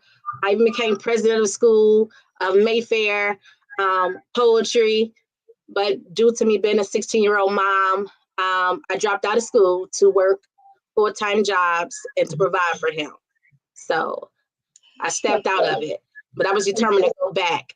Right. That kind of set the tone for you. And as a 16-year-old mom, I had my first child in college, right? So I get it. But we're overcomers. We did what others say couldn't be done. And that's what you're telling me today. So just to go back a little bit, when I became pregnant, I was on Eastern Stars as Gleaner Matron. I also was in quite a few things in school. When they found out I was pregnant, it became an embarrassment to them. So they made me get homeschooling from the school. I had a teacher, Mr. Charles. He'd come and tutor me. They wouldn't let me back and go to school. I had to step down from Gleaner Matron. Wow. And at that point, just going through them different trials of being judged, I knew I couldn't give up. But when I got to the point to where I was able to make it on my own, I said, okay, I got this. And I dropped out. But having a son also motivated me that I had to get my diploma to keep going. That's it. Show him why you have to do this. That's right. That was your motivation. Yeah. Awesome. And thank you for your transparency. Let me say that now. Thank you for your transparency. We know transparency builds trust, and you're giving us that. I love this. I love how you tell us your background and the storytelling part of that. You're great at that. I love that. You're welcome. So let's talk about confidence. Confidence with women, confidence, as business owners. How did you know what confidence was, and did you always have it? When I lost it. When I lost it. For that one. I wasn't ready for that. When I lost it, I used to be this slim, slim waist, nice shaped. And you don't realize when you're younger, really what your shape is as much as you do as now, today's society. Exactly. And at 24, I found out I had lupus, and I started gaining weight because of the steroids. So I was going through different sizes. And I had women stop eating, girl. You was getting big. You lost the shape. It was so much negative. And I had, for a slight second, I got depressed. I'm like, hold up. But then I had to wake up and say, wait a minute, hold up. Do you know who you are? I'm not about to let my shape or my weight determine who I am. I got this. So right. I dressing sexy and feeling good and owning it, really owning it, no matter what. And that's what got me where I'm at. I'm gonna say some of it, but I love it. And then I want to give it back. That's what also inspired me to open up He Love Curves.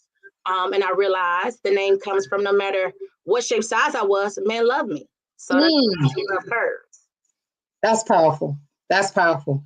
And just as an added note, you are my lupus warrior sister. Yeah. That's how I'm your sister. So yeah, spoons to you. Yeah, I receive it. Absolutely. So my next question to you, amazing woman. What did the women around you, I guess around the women that were models to you or people that you listened to, how did they help shape the womanhood in you? How did they help you shape that world or that part of you in your existence? Okay, this is a good one. I'm gonna start, you know what? I'm gonna start with my mother. My mom, she super amazing. She was a cop. And she was a cop. She gave up her life for us, me and my sister, because she wanted to make sure that she was going to be around for us to grow older, to see us. Right. And I watched her leave a good career to this company when AT&T first started. And when I tell you, I watched my mother as a leader run the company. I'm talking about they used to come over our house it's insane how many people she leaded and that believed in her though. So she took over AT&T from a small door-to-door to thousands and hundreds of people making a career out of it and really going hard. So that she's definitely number one. Right. Number two would definitely be my sister. We are day and night, but she has the heart of, man, it's special. She actually gave me my emotion to actually see things like it's okay to feel free. She's a free spirit. So she's definitely part of my motivation.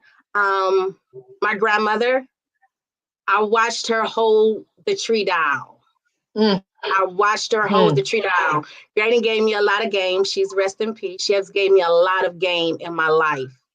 Dang, I could go. It's quite a few women growing up. My aunt, she's definitely a strong. She didn't tolerate anything. My auntie did not like you can see it, you can have it. Like, don't stop. Right. Don't settle. So I would say them is about the ladies for me in my life growing up was very strong for me. Yeah. They set the tone. They set the precedent. Yeah, they set the tone. And it gave me the freedom of I can go. If anybody told me the real, it was them. And once I learned to overpower them, and I must say that, I was like, oh yeah, I got it. I love it. I love it. I love it.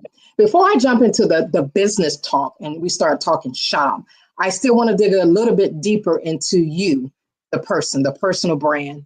And it helps us understand what the global brand has become, what your brand has become. If you don't mind, I just want to ask you a couple more questions about that. You talked about having your child at a young age. You talked about the women in your life and how they set the tone and the precedents for you. So when it came to you thinking about what adulthood really is or what it will be for you, what were your thoughts around that? What was your plan, original plan for adulthood? I mean, is it before the kid or after the kid? Before the kid or after the kid? Ooh, that's a tough question. Next. Before, give me both. Before the kid, before our precious baby, and then afterwards. Because, you know, we have to pivot as mothers. We pivot. Okay.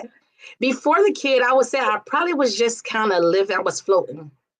I don't think I had too many plans at the time. You know, I was 15, 14. I was just living, you know, and trying to come over some things I have been through in my life at an early age. After the kid, I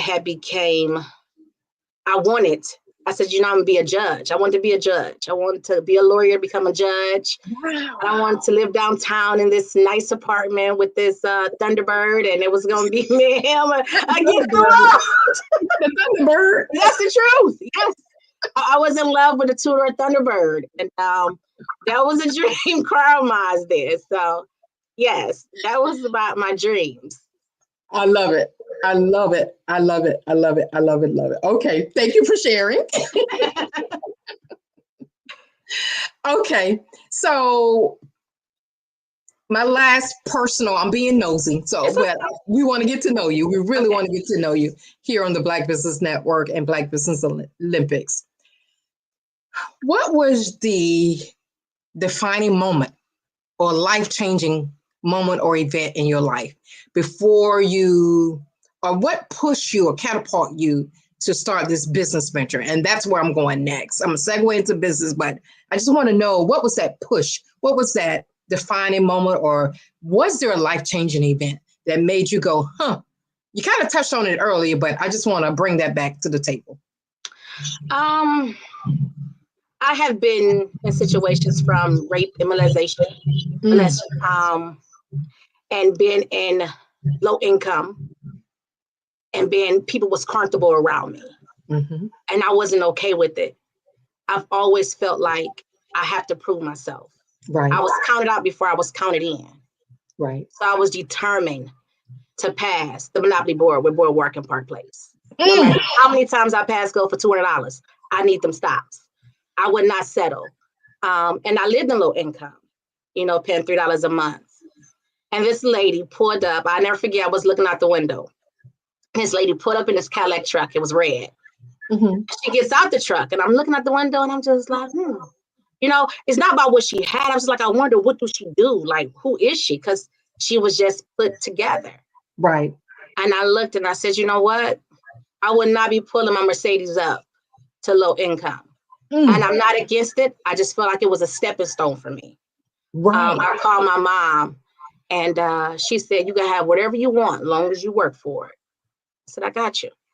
So from that point, I went hard and I jumped out in my first house. I was paying $7.85 a month. Remind you, I was paying $3 a month and receiving a utility check to pay the bills. Right. So I never really paid bills. Don't have a clue how to balance this out. But I remember she said, listen, you can have what you want if you work for it. That's it. And I jumped out the bush and I've been working ever since for it. And I was determined for my son to live in go to a great schooling, a great area. And as long as I was healthy enough to do it, I worked 3 jobs long enough to see him, get him up for school and get him back down for school. But I wasn't going to change my lifestyle because I went from free to now I had to work for it. Wow. What an amazing story. That is phenomenal. You are truly an overcomer. Thank you. An overcomer, a survivor. Do you know how amazing you are? Girl. Yeah. You are. We're not meant to be stopped. Right. We're not meant to be stopped. No matter what. And the odds was against me. I'm talking about badly. This short story, school guy dated in my neighborhood. You know, when you're younger, and his mom had told me, I was pretty much embarrassed because I had the baby. Mm-hmm. And she was like, you'll never be able to pay real rent or live in nothing nice. She said, you're going to have a bunch of children. I said, okay, you're right. And that motivated me. And then you know what? And I bless her to this day because there's some things she said right. I won't pay real rent. I pay a mortgage. Me and my husband own an estate. I retired my parents. And I do have a bunch of children because we have adopted foster children. So she was definitely right. She just didn't put in the right word.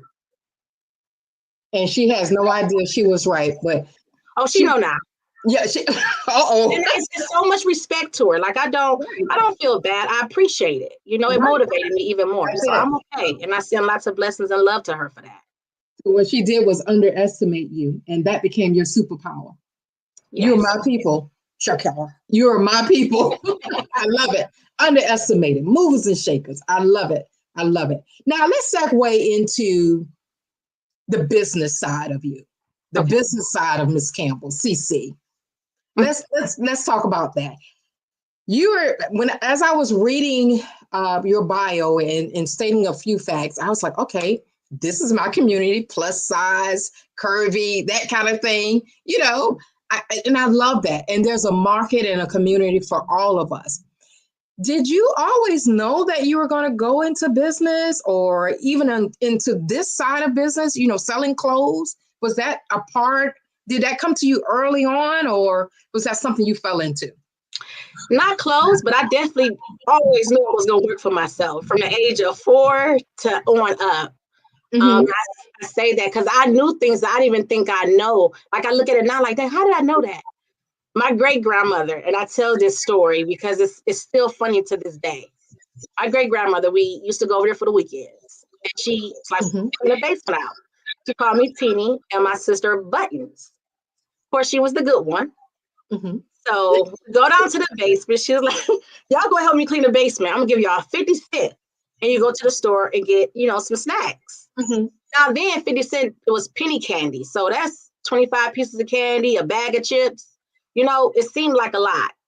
When I go down to the basement, I look, I'm just like, this, I'm gonna need more than 50 cents for this. I'm like, she wanted 50 cents, walk to the store, come all the way back. Oh, my snacks gonna be gone. The numbers didn't add up. Right. So she sent me upstairs for the broom. And I went upstairs for the broom. I never came back down. I sat in her chair and I ate cookies and I waited. And when she came upstairs, of course, I got in trouble. But my sister, she said, it's okay.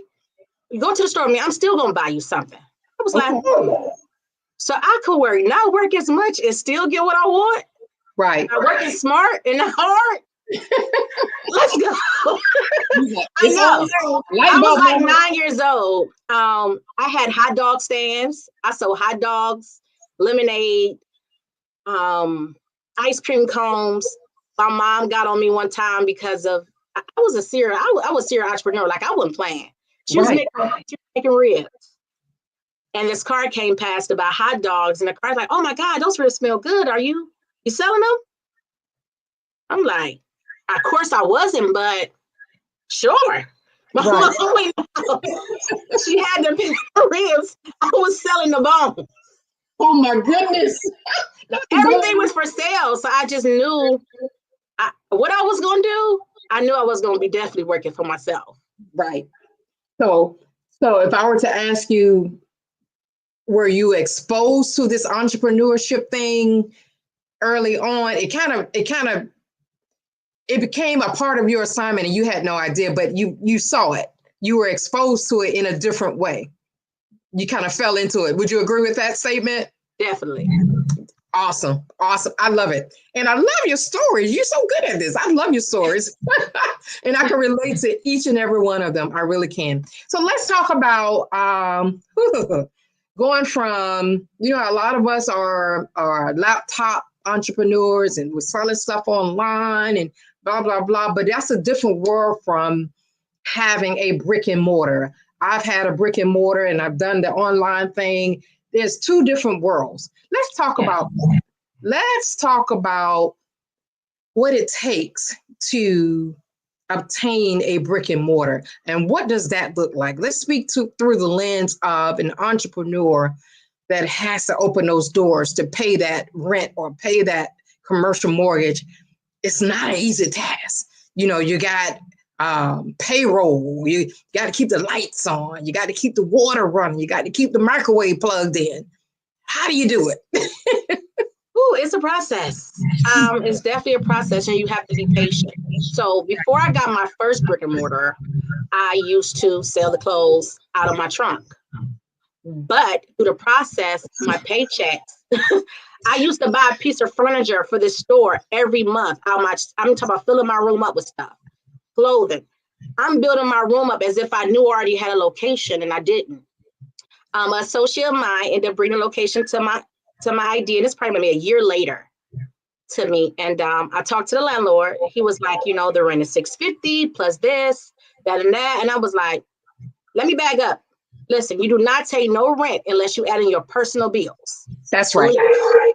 So I said, well, I'm going to be honest with you. We could do two things here. I could pay you $450 a month and always be on time. I said, and I'll take over the light bill. I could pay you $650 a month in a light bill. And you may have to call me sometimes because I'm not. Go ahead, girl. So he looked at me. He was like, he said, you. And he was really lost the words of it because I came at him so fast, but it's the truth. I could not afford $650. He settled. He allowed me to do it for $450. Mm-hmm. And when I moved in, I already had all this stuff in my house. So I had pre-brought. It's not about just waiting to get lump sums of money. If you're going to start with what you got.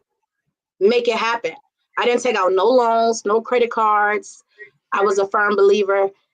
If I can't invest in myself and fail, then I can't look for somebody else to invest in me. It's easier to give up when you use somebody else's money because you feel like it's not on you, but it don't make you put the work in that's hard.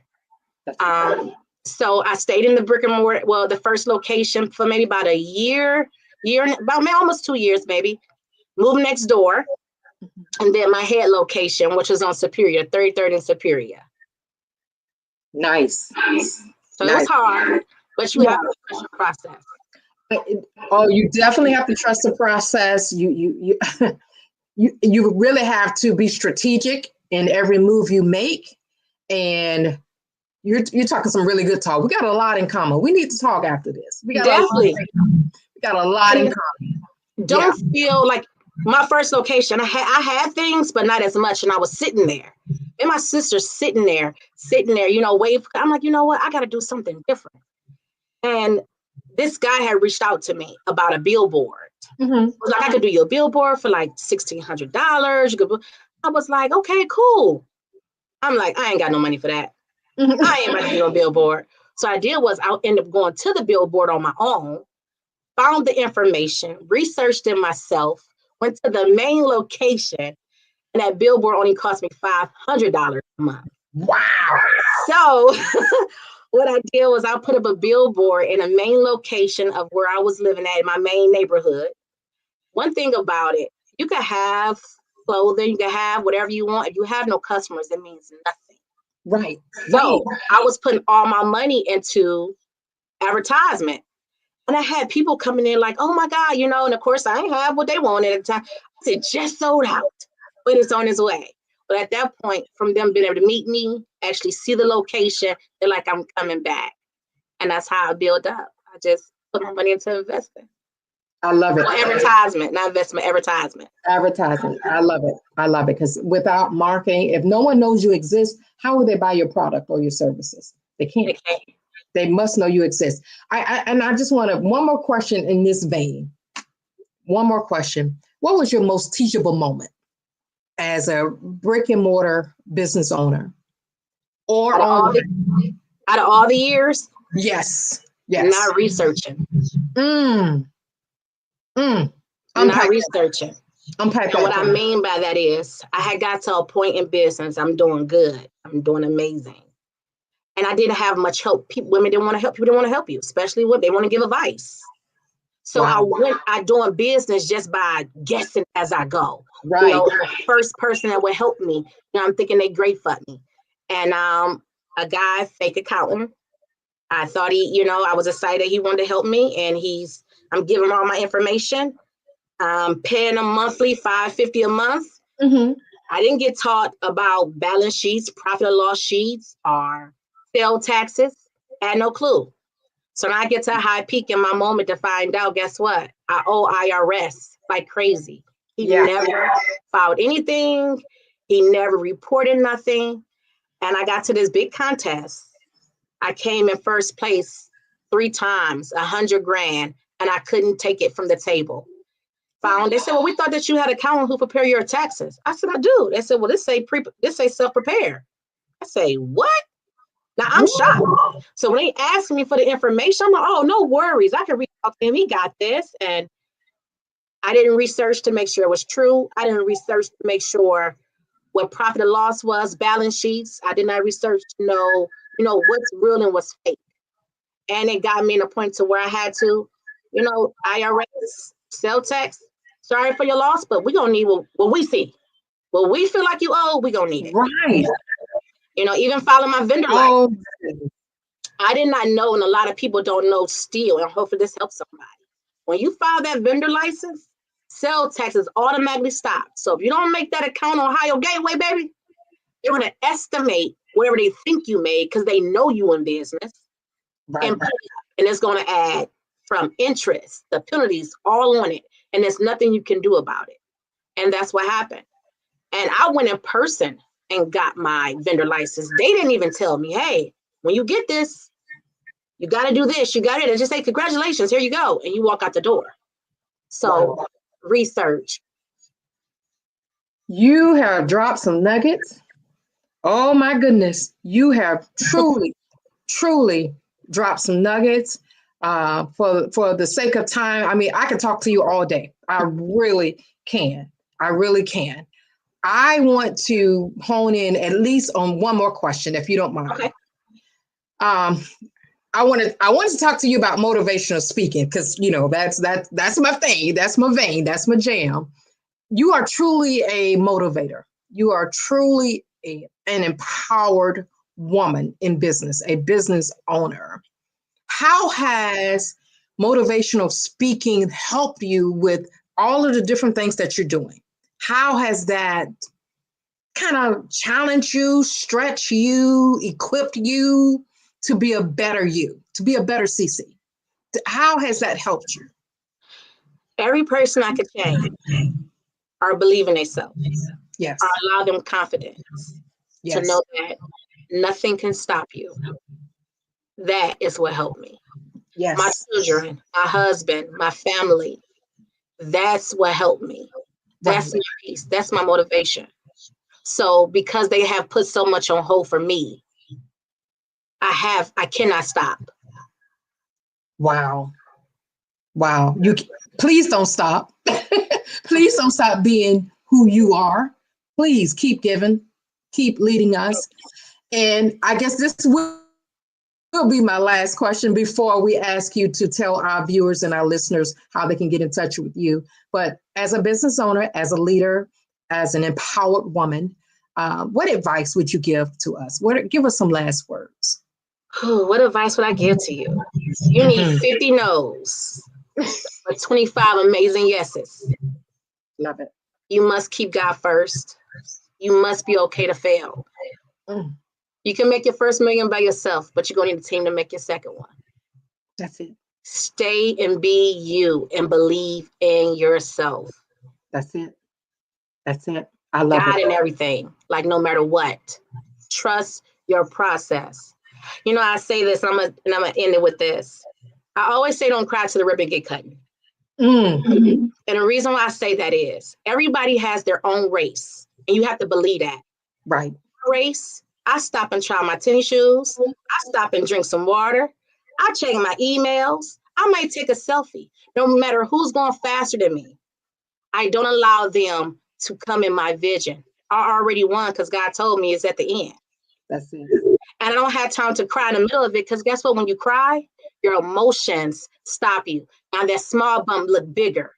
The small bumps look crazier. But no, there's no need to cry. But when you make it to the end, now you have a reason to cry and cut the ribbon. So it's your race. Trust your process. Tie your shoes up. It's okay. I'm trying to contain myself. I don't want to get up and start running around the room, but that was powerful. Thank you. Thank you for leaving us with those words of encouragement and a great reminder. That was just powerful. Thank you. Thank you. Thank you. Please let our listeners, before we let you go, please let our listeners and our viewers know how to contact you, how to get involved with all the amazing things that you have going on.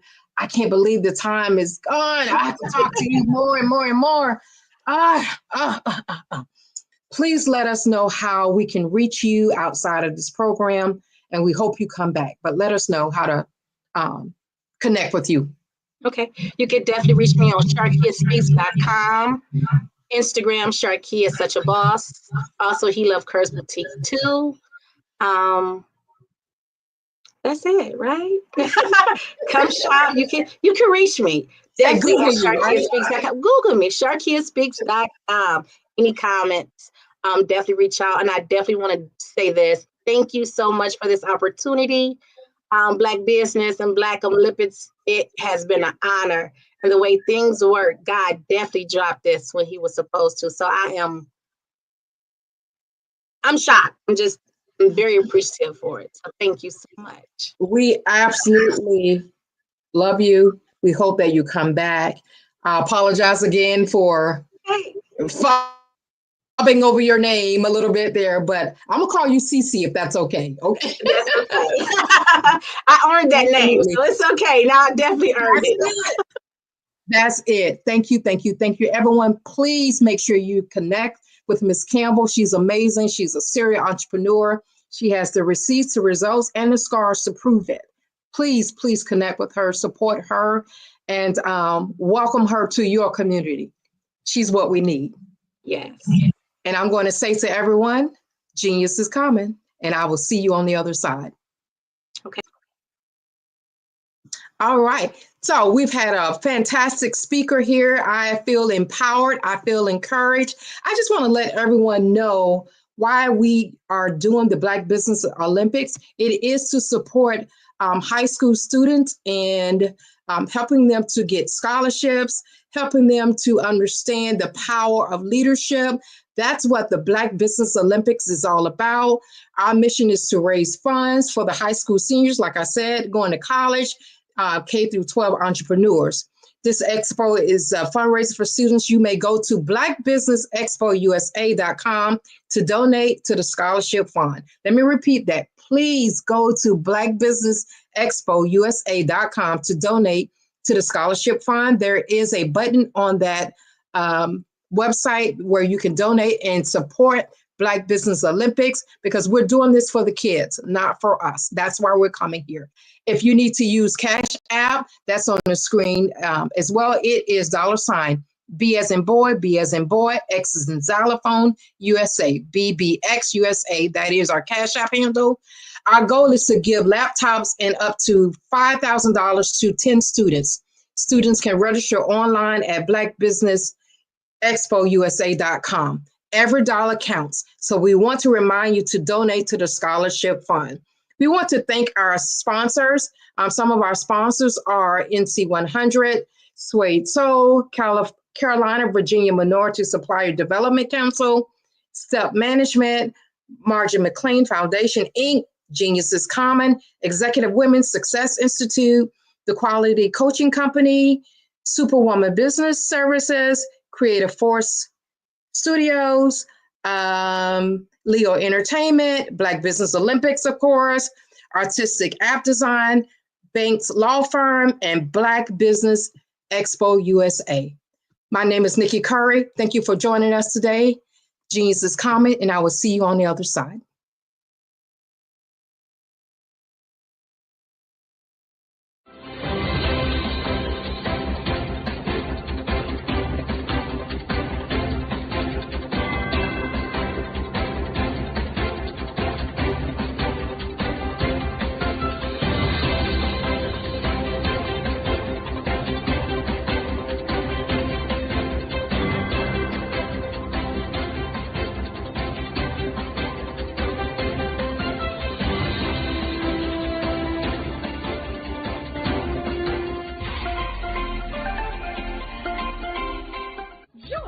Dr. Eric Kelly III and a host of phenomenal speakers from all around the globe for this 7-day virtual event that you don't want to miss.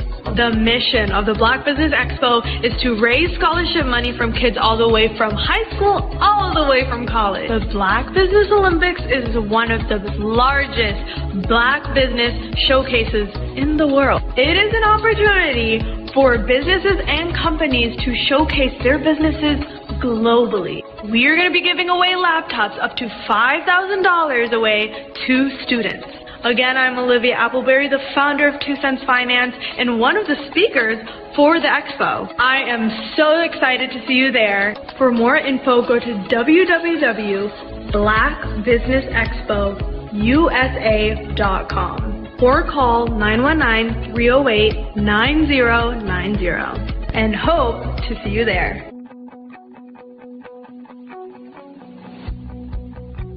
I am Black Business. From the moment I wake until the time I sleep. Yes, I am Black Business. I am Black Business. Tell me, are you Black Business? I am Black Business. Do you support Black businesses? Listen, I support Black business because I am Black Business. Black Business Expo, one of the largest business showcases in the history of Black business in the world. The world! Sign up today at www.blackbusinessexpousa.com or call 919-308-9090. I am Black Business. I am Black Business. From the moment I wake until the time I sleep, I am Black Business. I am Black Business. Are you Black Business? I am Black Business. Do you support Black businesses? I support Black business because I am Black business. Black Business Expo, one of the largest business showcases in the history of Black America in North Carolina. Join Dr. Eric Kelly III and a host of phenomenal speakers from all around the globe for this 7-day virtual event that you don't want to miss. The mission of the Black Business Expo is to raise scholarship money from kids all the way from high school, all the way from college. The Black Business Olympics is one of the largest Black business showcases in the world. It is an opportunity for businesses and companies to showcase their businesses globally. We are going to be giving away laptops up to $5,000 away to students.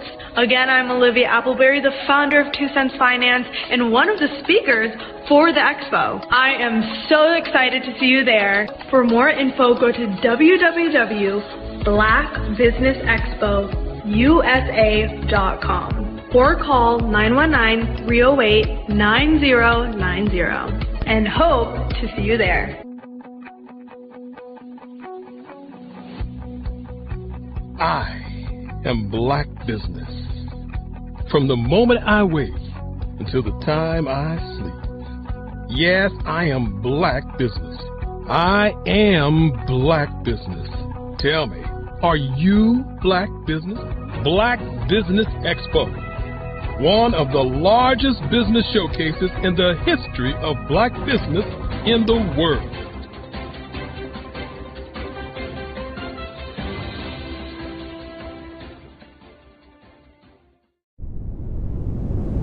The Black Business Expo's mission is to raise funds for high school seniors going to college or K-12 entrepreneurs. This expo is a fundraiser for students. Please, you may go to www.blackbusinessexpousa.com to donate to the scholarship fund or use the Cash App at $BBXUSA. Our goal is to give laptops and up to $5,000 to 10 students. Students can register online at www.blackbusinessexpousa.com. Every dollar counts. Please donate to the Black Business Expo USA Scholarship Fund.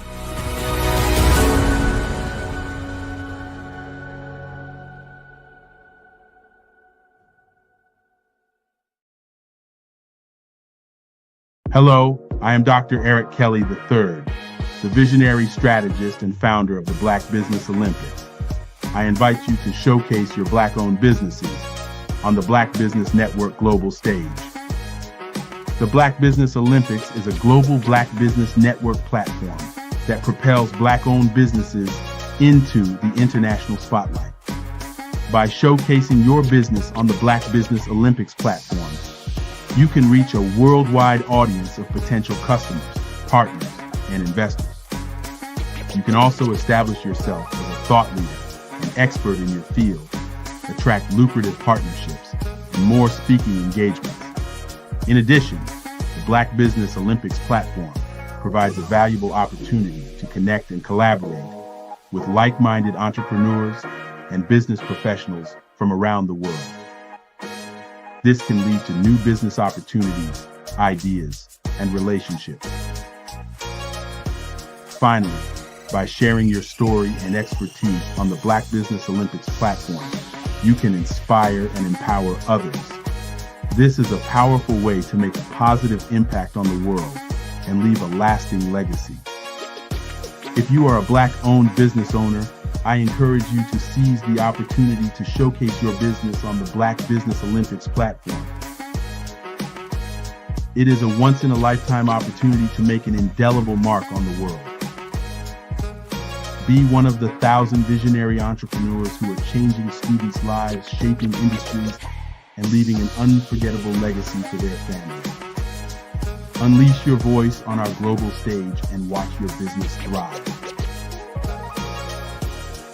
Black Business Olympics is one of the largest Black business showcases in the history of Black business in the world. Yes, the entire world.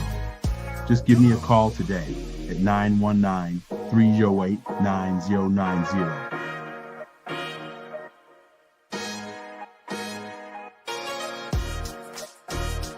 The Black Business Expo's mission is to raise funds for high school seniors going to college or K-12 entrepreneurs. This expo is a fundraiser for students. Please, you may go to www.blackbusinessexpousa.com to donate to the scholarship fund or use the Cash App at $BBXUSA. Our goal is to give laptops and up to $5,000 to 10 students. Students can register online at www.blackbusinessexpousa.com. Every dollar counts. please donate to the Black Business Expo USA Scholarship Fund.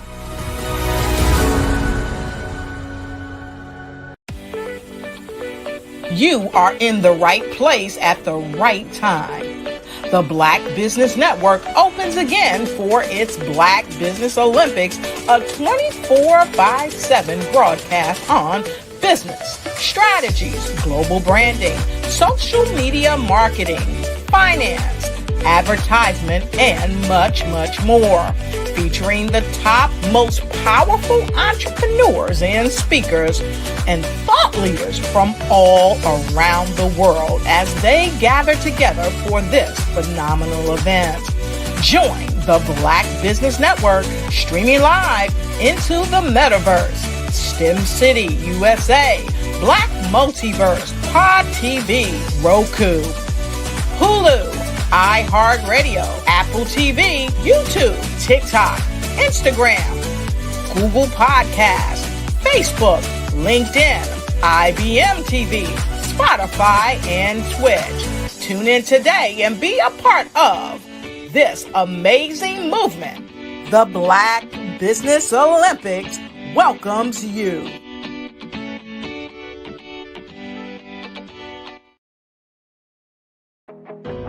I am Black Business. From the moment I wake until the time I sleep, I am Black Business. I am Black Business. Are you Black Business? I am Black Business. Do you support Black businesses? I support Black Business because I am Black Business. Black Business Expo, one of the largest business showcases in the history of Black business in the world.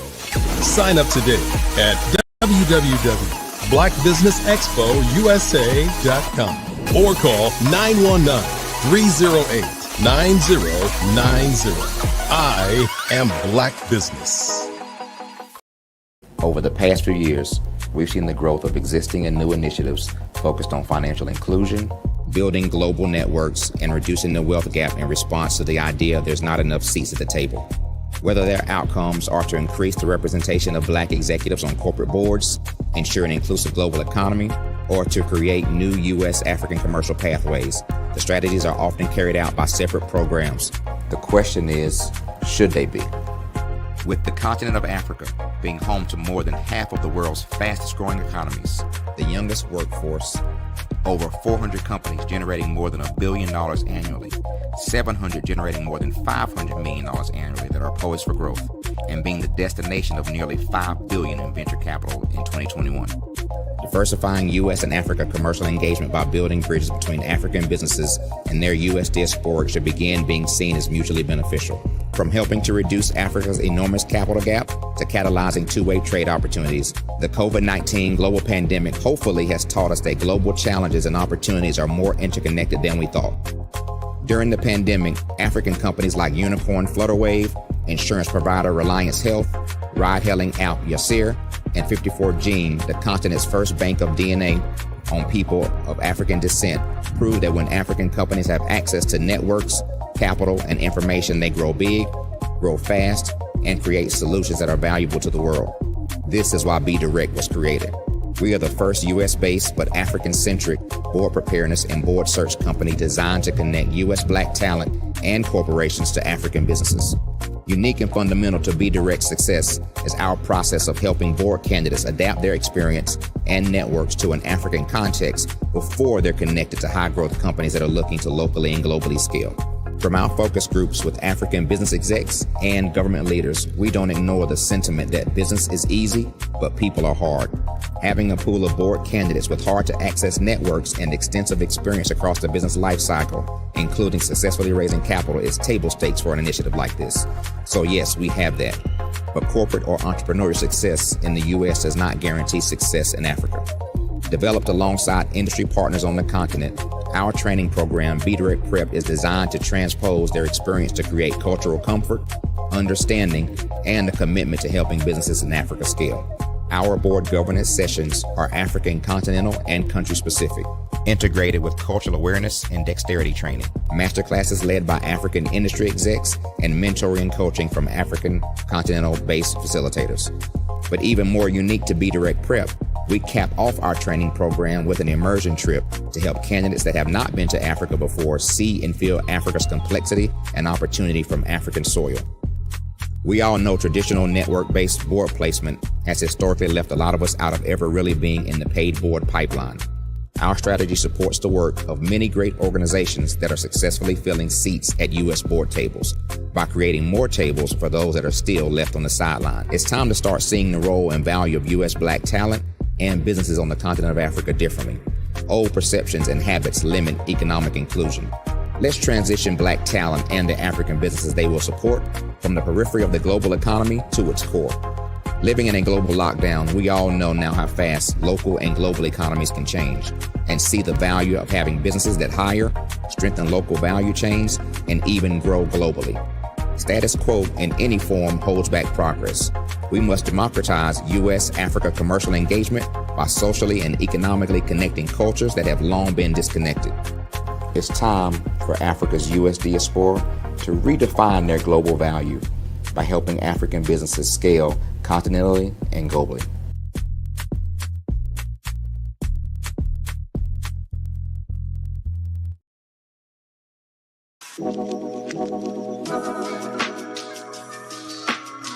The African company and the African CEO is making a conscious decision to bring on someone external to the continent versus bringing on someone who is from Ghana or Kenya or South Africa.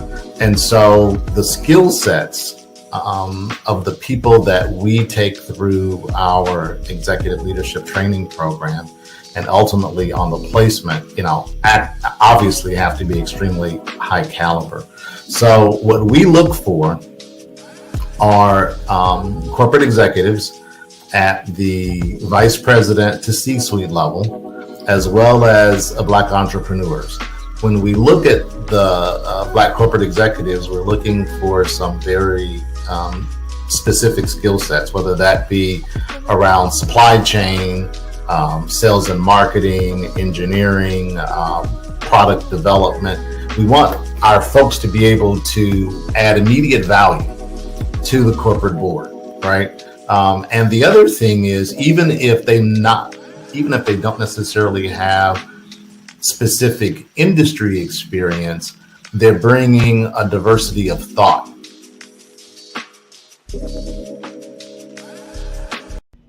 Why do I do what I do? My life coach asked me that a few years ago, and she said, Tony, what's your why? And I told her, and she said, girl, you've already accomplished that. Perhaps you need a new why. Hi, Tony Harris, Amy Hoydu with Say It Said Marketing, one of your students, and just wanted to say thank you, Tony Harris, for spending so much time with me and giving me that boost in my business that I so drastically needed.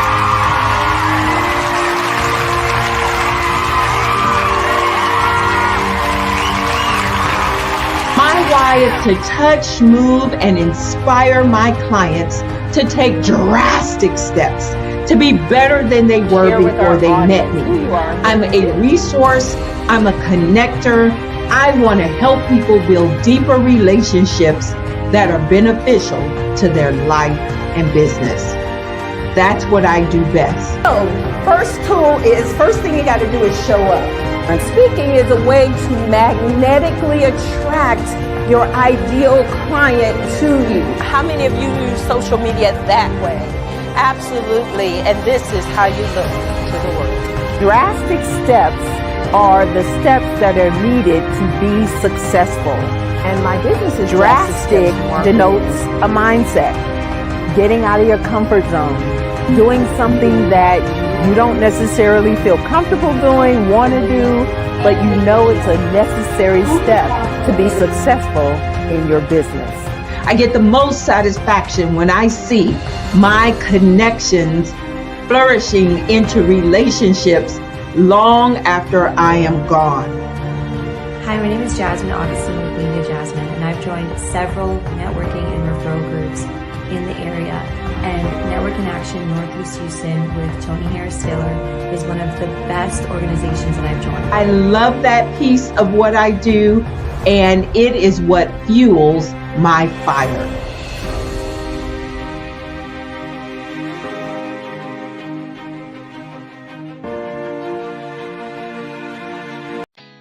Did you know women represent just 3% of Fortune 500 CEOs and less than 15% of corporate executives at top companies worldwide? Have you wondered what the secrets are to getting into the top ranks, whether in the private or public sector?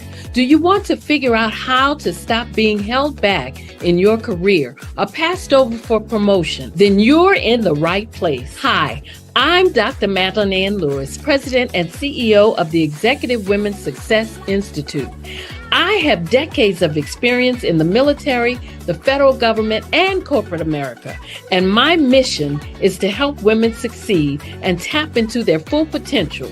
I want to reach 1 million+ women around the world to become the leaders they are meant to be.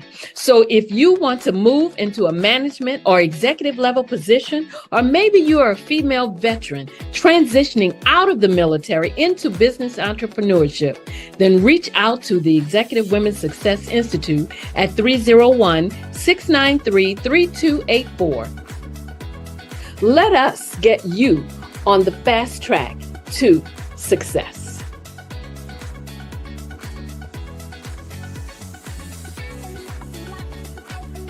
Absolutely. So our coaching program help people that have the lack of time, that lack strategies, and lack the confidence to go after their dream life. So we help them implement tools. We help them implement, I love to leave the inherited lack of finances or the education behind finances. But it wasn't until I lost my firstborn, my only son, that life changed for me. And where I was going after it all, living the corporate life, hit my 6-figure income, and living in my dream house with my dream man, driving my dream car. Wow. I nearly lost it all. Wow. When I lost my son. And so I realized it only takes one financial catastrophe that can change your entire life. That's what made me start All New Beginnings. Because no matter what's going on in life, there's a new beginning. And because of that, we develop a program called Wise Minded. My little slogan is, don't just dream it, let's live it. If they want to connect with you or work with you, what is the best ways for them to be able to do that? Well, for my social media guru, you can connect with me on every single social media platform as Tanya T. Wallace.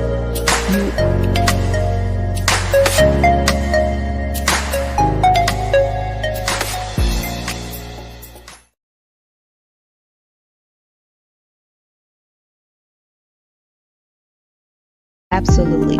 So our coaching program help people that have the lack of time, that lack strategies, and lack the confidence to go after their dream life. So we help them implement tools.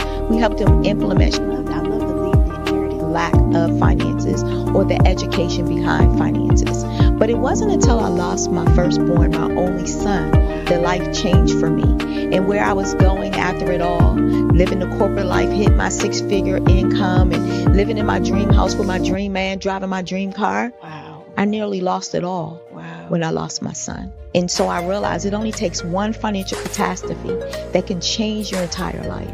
That's what made me start All New Beginnings. Because no matter what's going on in life, there's a new beginning. And because of that, we develop a program called Wise Minded. My little slogan is, don't just dream it, let's live it. If they want to connect with you or work with you, what is the best ways for them to be able to do that? Well, for my social media guru, you can connect with me on every single social media platform as Tanya T. Wallace.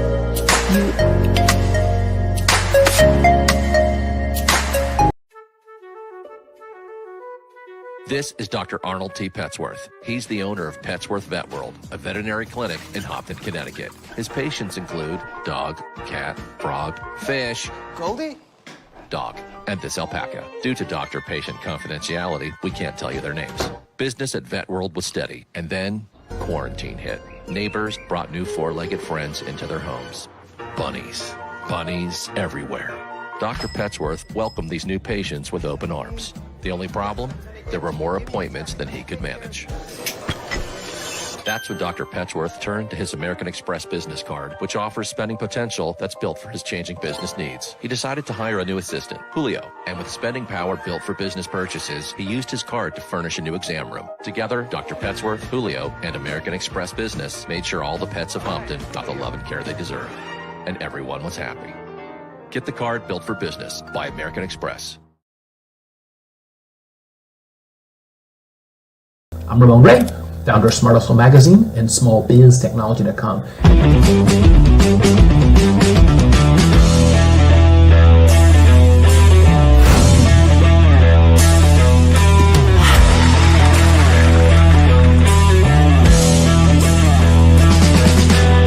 You're here today to celebrate small business success.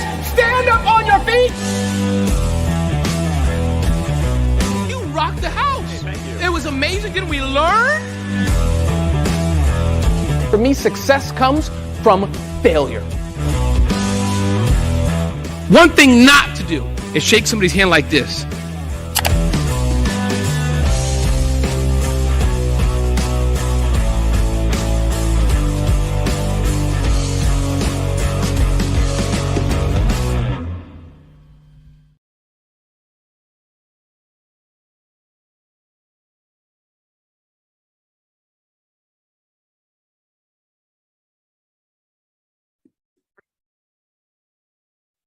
Hello, I'm Dr. Madeline Ann Lewis, President and CEO of the Executive Women's Success Institute.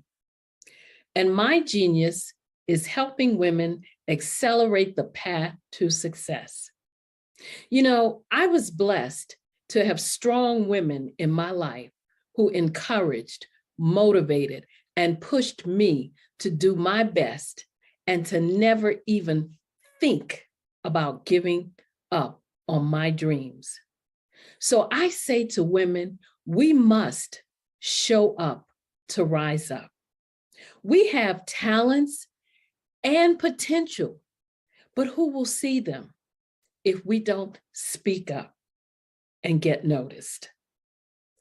I know that women are a tremendous resource on this planet, and there is nothing more fulfilling than helping a woman tap into her full potential. I do this because I want to be a part of helping as many women as I can to show up, to rise up. I do this because genius is common.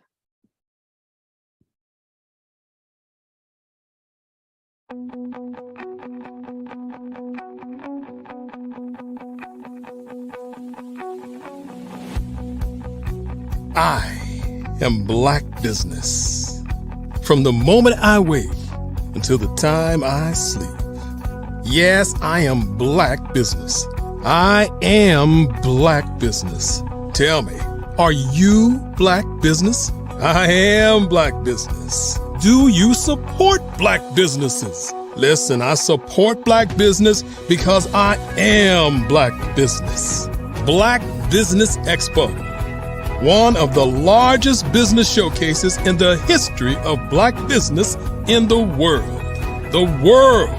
Sign up today at www.blackbusinessexpousa.com or call 919-308-9090. I am Black Business.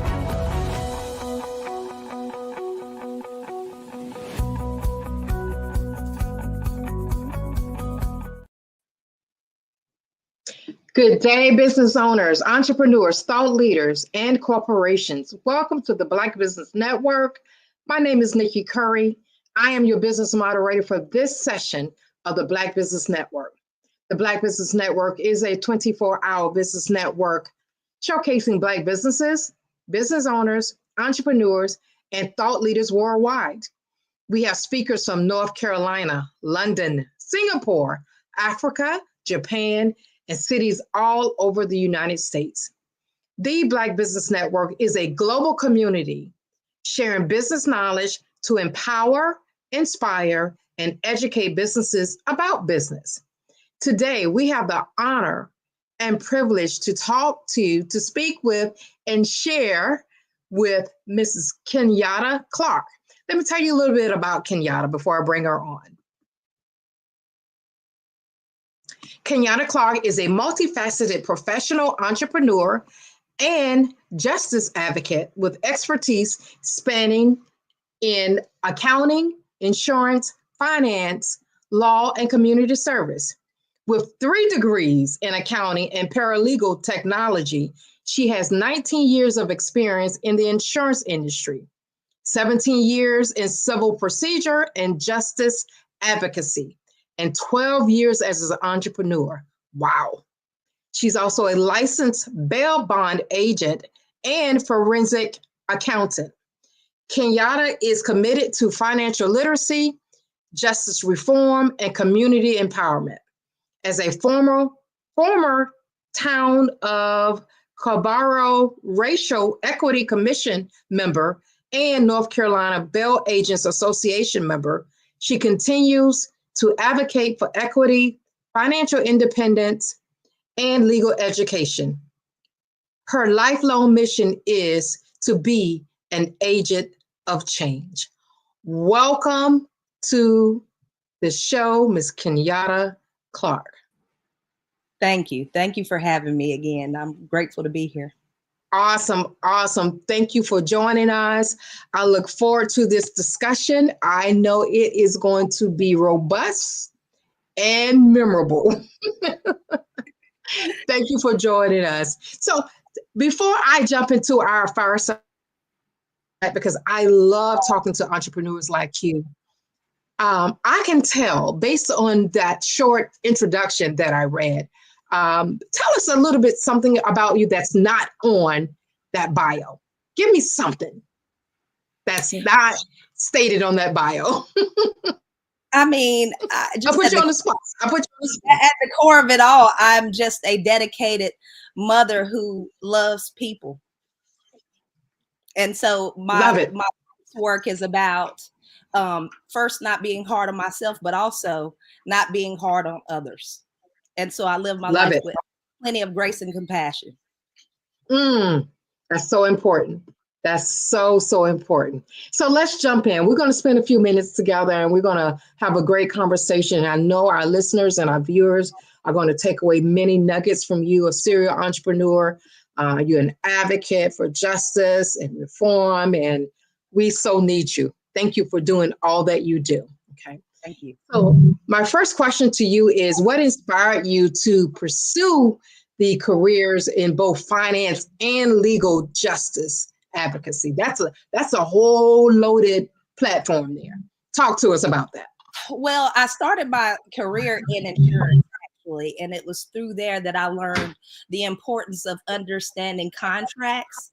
It just merged into me getting the legal education necessary to properly navigate the world of business, right? Because everything's about a contract, right? You have nothing if it's not on paper.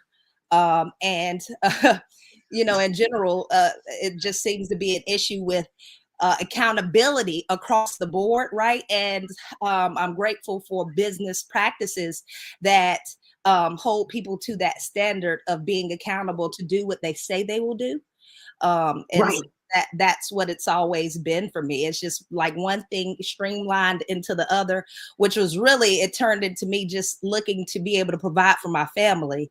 And one thing led into the other one, finance, like I said, understanding contracts. And then the legal work that I ended up getting into was because, you know, people that look like us end up getting a not so fair shake across the board, right? From the boardroom to the courtroom.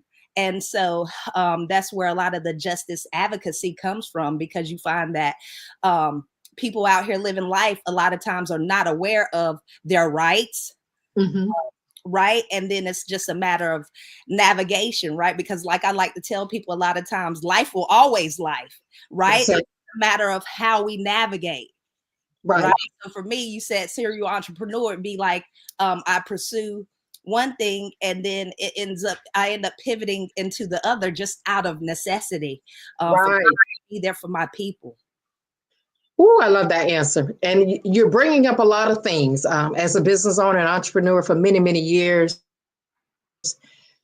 and having to deal with different contracts, especially for those people I represent that are speakers, and some high level speakers, that contract word, I hate to say this, but a lot of times we are duped because we're not reading. Contracts can be scary. What's your take on that? I don't want to go down a rabbit hole, but you brought up something in me.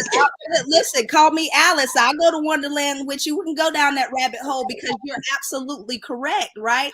And then I'm having flashbacks. Work when you understand the words and the contract language, they're not expecting that because I'm gonna bring up consideration is the first thing. Well, what am I going to benefit? Right. With this thing that you're holding me to, because I'm going to perform my end, right? I'm 110% anything that I pursue, but what did that compensation look like? Exactly. Yeah.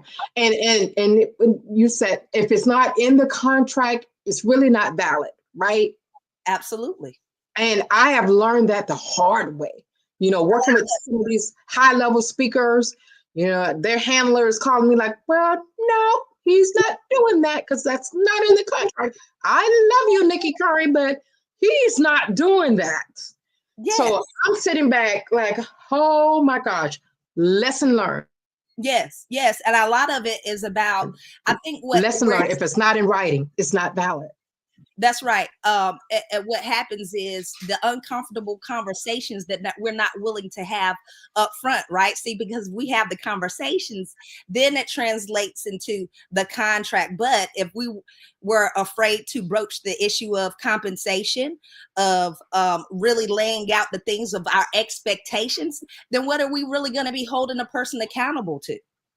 That's right. And a lot of times with these contracts, I've seen people don't know how to translate numbers into words. So if you say, I get this and this, I'm expecting that in addition to this to get both, right? Because and denotes addition, right? We're talking about division. So it's just like the different words that denote the different things. And it's very important to have those conversations up front so that when I read this paper and it doesn't have the things that we discussed, we need to have that here included. Yeah. And I'm telling you, I've had my fair shake, as a business owner, like I said, and working with people and some of these Hollywood people. I'm shaking just thinking about it because I had to realize, okay, this is a different ball game. Absolutely. And you got to be accountable for this. You got to dot your I's and cross your T's, and they're just doing their job. You know what I mean? Yes. So you can't just, Nikki, you can't just pretend like, oh, they're going to do it because they like you. No, I made that mistake before, Kenyatta. Yes. I can admit that. Oh, we love you, Nikki. We'll do anything for you. But when it really comes down to the brass tacks, if that information, business owners, leaders, all of that, if that information is not in writing, they don't have to do a doggone thing for you. That's right. That's right. And what you say when you talk about people of a certain stature and celebrities and things like that, I think what gets lost is a lot of the times they'll have the financial means, right? But the structure is not in place. This is how you have a lot of celebrities that die without a will. And so all of that money that they accumulated goes back to the state or the attorneys that have to fight over who gets what. And it's really a shame to see, which it robs us, right? And where we have that generational gap and the loss of the wealth that passed down that we missed. And it goes right back to these institutions and systems that don't look out for us in the end. Exactly. Ooh, you're talking good now, but I am having flashbacks. I will admit I'm sweating a little bit over here because share your story. Yes, there's power in that. Yes, teachable moments. Teachable moments. So once you got burned that first time, you never got burnt again, right? And it may have been possible you going forward to conduct yourself in a business manner, because that's the place where we don't get personal. We don't get to have the attachments, and it's like that for a reason. Never take anything personal, but always get it in writing. That's it. That's it. Okay, I'm gonna move on because I don't want to hog up the show, but I can talk to you about this all day because my goodness. Let's talk about, you have degrees in accounting and paralegal technology. First, I know what accounting is. Paralegal technology. Explain that to me, and then tell us, how does these things, these degrees, these disciplines, how do they impact your work or complement your work? Let's talk about that. Okay, so basically, like you said, so the accounting piece was totally by coincidence. I initially pursued the paralegal technology degree, but once I went into interning for attorneys and saw that they were not willing to pay paralegals a certain way. However, they would pay someone to do their books, is when I made the switch. But because I'm a person that never halfway does anything, I went back to complete the paralegal degree once I got the accounting degree. Wow. Legal research and writing was one of my passions. And once I was made aware of certain rights and what they were, it was just like, it surprised me how much people didn't know legally. Like, we always think about what's right, what's fair. Well, and legality is a whole other thing, right? And so I love that about it, because it allowed the gray area. But on the accounting side, working with numbers allows me to be more black and white, literally, in terms of it's either this or that. And so it just allows me to have a certain fluidity in life where I can, develop a business, work a business, but also I'm not afraid to, file taxes, to deal with the IRS. I'm not afraid to do the things that require going over the numbers. Because that's where a lot of people get into trouble, is like when they owe the IRS money. One of the stories I always tell people is about like Rihanna and how her accountant stole millions of dollars from her. And I think it's always important to have a background knowledge of accounting of some sort, so that doesn't happen to you. Don't accumulate so much wealth that you're not able to go back to, look at your own books. You need to always have a firm standing on where you are financially, so that people can't take advantage of you, which also goes back to the contract thing, right? If I know, you know what I mean? If I know over here that this works this way, or my rights are this actually, then I know that I'll be safe over here when it's time to deal with the government. And it's just a matter of me collaborating with the professionals in terms of my tax person or my attorney, and I can sit in the meeting and be comfortable with what they're talking about, and be on the same page, and not just, oh well, I'll let you guys deal with it, and I'll just pay you for the service. But you need to know what's coming in, what's going out.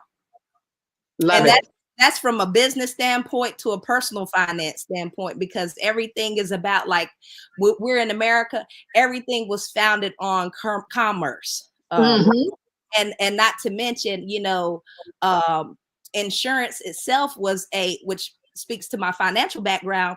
I learned that, insurance first started with the slave trade, right? That was how we were able to, bring a lot of our ancestors to this country. They insured them. That's where a lot of your insurance companies came from, Connecticut and places like that, the 13 colonies, based out of there. And so all those things just work hand in hand, and it just allows me, once again, like I said, to be able to navigate life, right, and not be able to take things personally. So if so on the legal standpoint, people will say, oh, the system is broken and things like that, but it's like, no, actually the system is doing everything it was designed to do.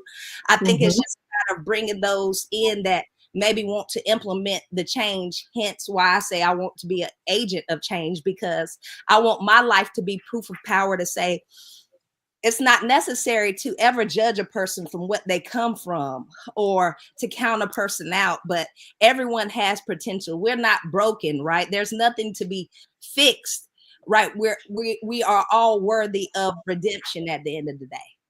Love it. Love it. And everything you're saying, you're dropping so many nuggets there, and even some background and some history. That is so important. And we don't even know that. We don't even think about that. Everything stems from commerce. Business owners, entrepreneurs, founders, listen up. Leaders, listen up to what she's saying.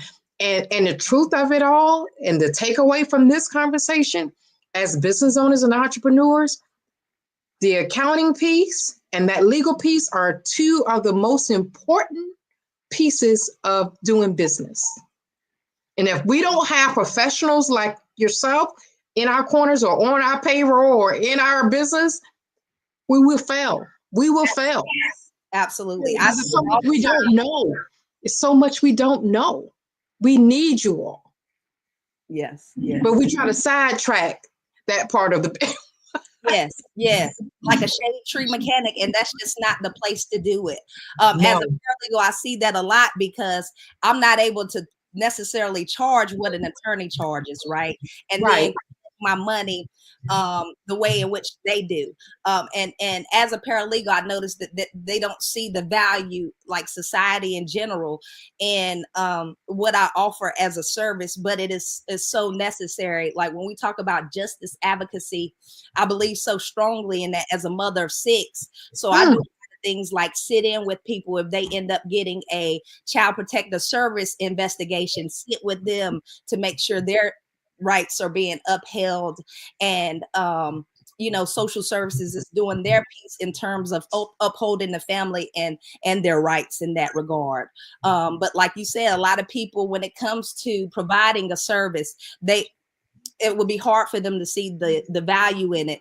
And this is across the country and across races, right? Because I always the example of, they don't know that, like Elvis Presley, he hated the IRS so much that he not the IRS, that he hated the accountant so much that he allowed the IRS to do his taxes, which made it where he paid so much more in taxes than what he probably should have, because he let them do them for him, because he did not want to work with accountants. I think that, like you were speaking to, people have such a fear of become shut down about working with certain professionals for whatever their hangups, but there's someone out there for everyone that speaks to whatever your background, and you should just never negate having a professional to do the things for you.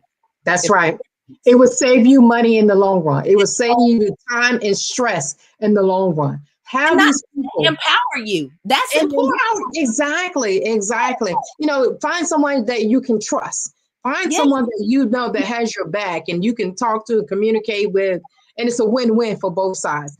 But we can't do this. That's not my lane. I mean, I got through accounting in college, but barely. I can count.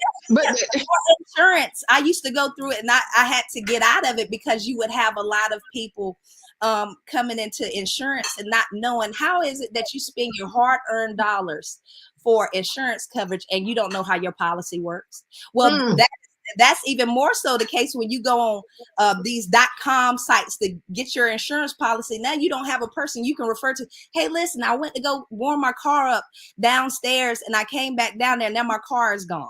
You don't have a person to call and say, oh, okay, well, that would be a comprehensive claim. Let me give you the number to claims, and you can and you have this type of deductible, and this is what happens. But that's what I used to deal with in insurance all the time. Like a lady had some policemen had ran into her car, right? Municipalities are self-insured. So it's not like your insurance company deals with their insurance company to get your stuff fixed when it wasn't your fault. It was like insurance company was just going to let her take the fault for it, when she would have a at-fault accident on her record when it wasn't her fault. the police department got into a high-speed chase. Now she's out of transportation, right? And it's like, Right. no, she needs, and so I would step in on the advocacy part, in which cases, was totally against what I was supposed to do, right? Because I'm supposed to always be there for the company, but I always like to put people first because it was necessary when they are paying their monies to pay the premium, that they know how their stuff works. That's right. And I was like, if they're dealing with me human to human, that's the level in which I'm going to transact this business. And there's nothing, I don't care anything about the AI, the robots of the bots of the bots of the bots. There's nothing that replaces a human being. And let's not forget that. I mean, I'm cool with AI and all that good stuff, but I only use it for certain reasons. It would not replace a human being. That's right. And that care and concern, right? And that's another piece when we go to the legal side of it, because when we see the disparaging results of what happens in a courtroom, right? You have two people, two different races that will have two totally different outcomes. Well, nobody says that these judges have to keep their bias in check, right? Because self-awareness is key in whatever work you're doing.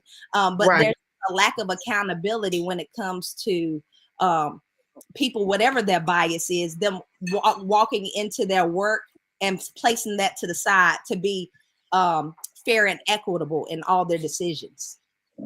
Gotcha. That is so important. That is so important. Oh, I mean, today from jail, I'm not worried about what their race is. I'm not even worried about what the crime is alleged that they committed. My duty is to make sure that I do the things that I need to do to get them out, because my perspective is you're in a better position fighting your charges outside of the jail than inside of the jail, because we already know your safety is in jeopardy in those environments. Not to mention, as a taxpayer, I don't want to be held with feeding you and housing you as a person in jail, right? So people think about how one thing feeds into the other. On the accounting perspective, I tell people don't like to pay taxes, but they love to drive on smooth roads.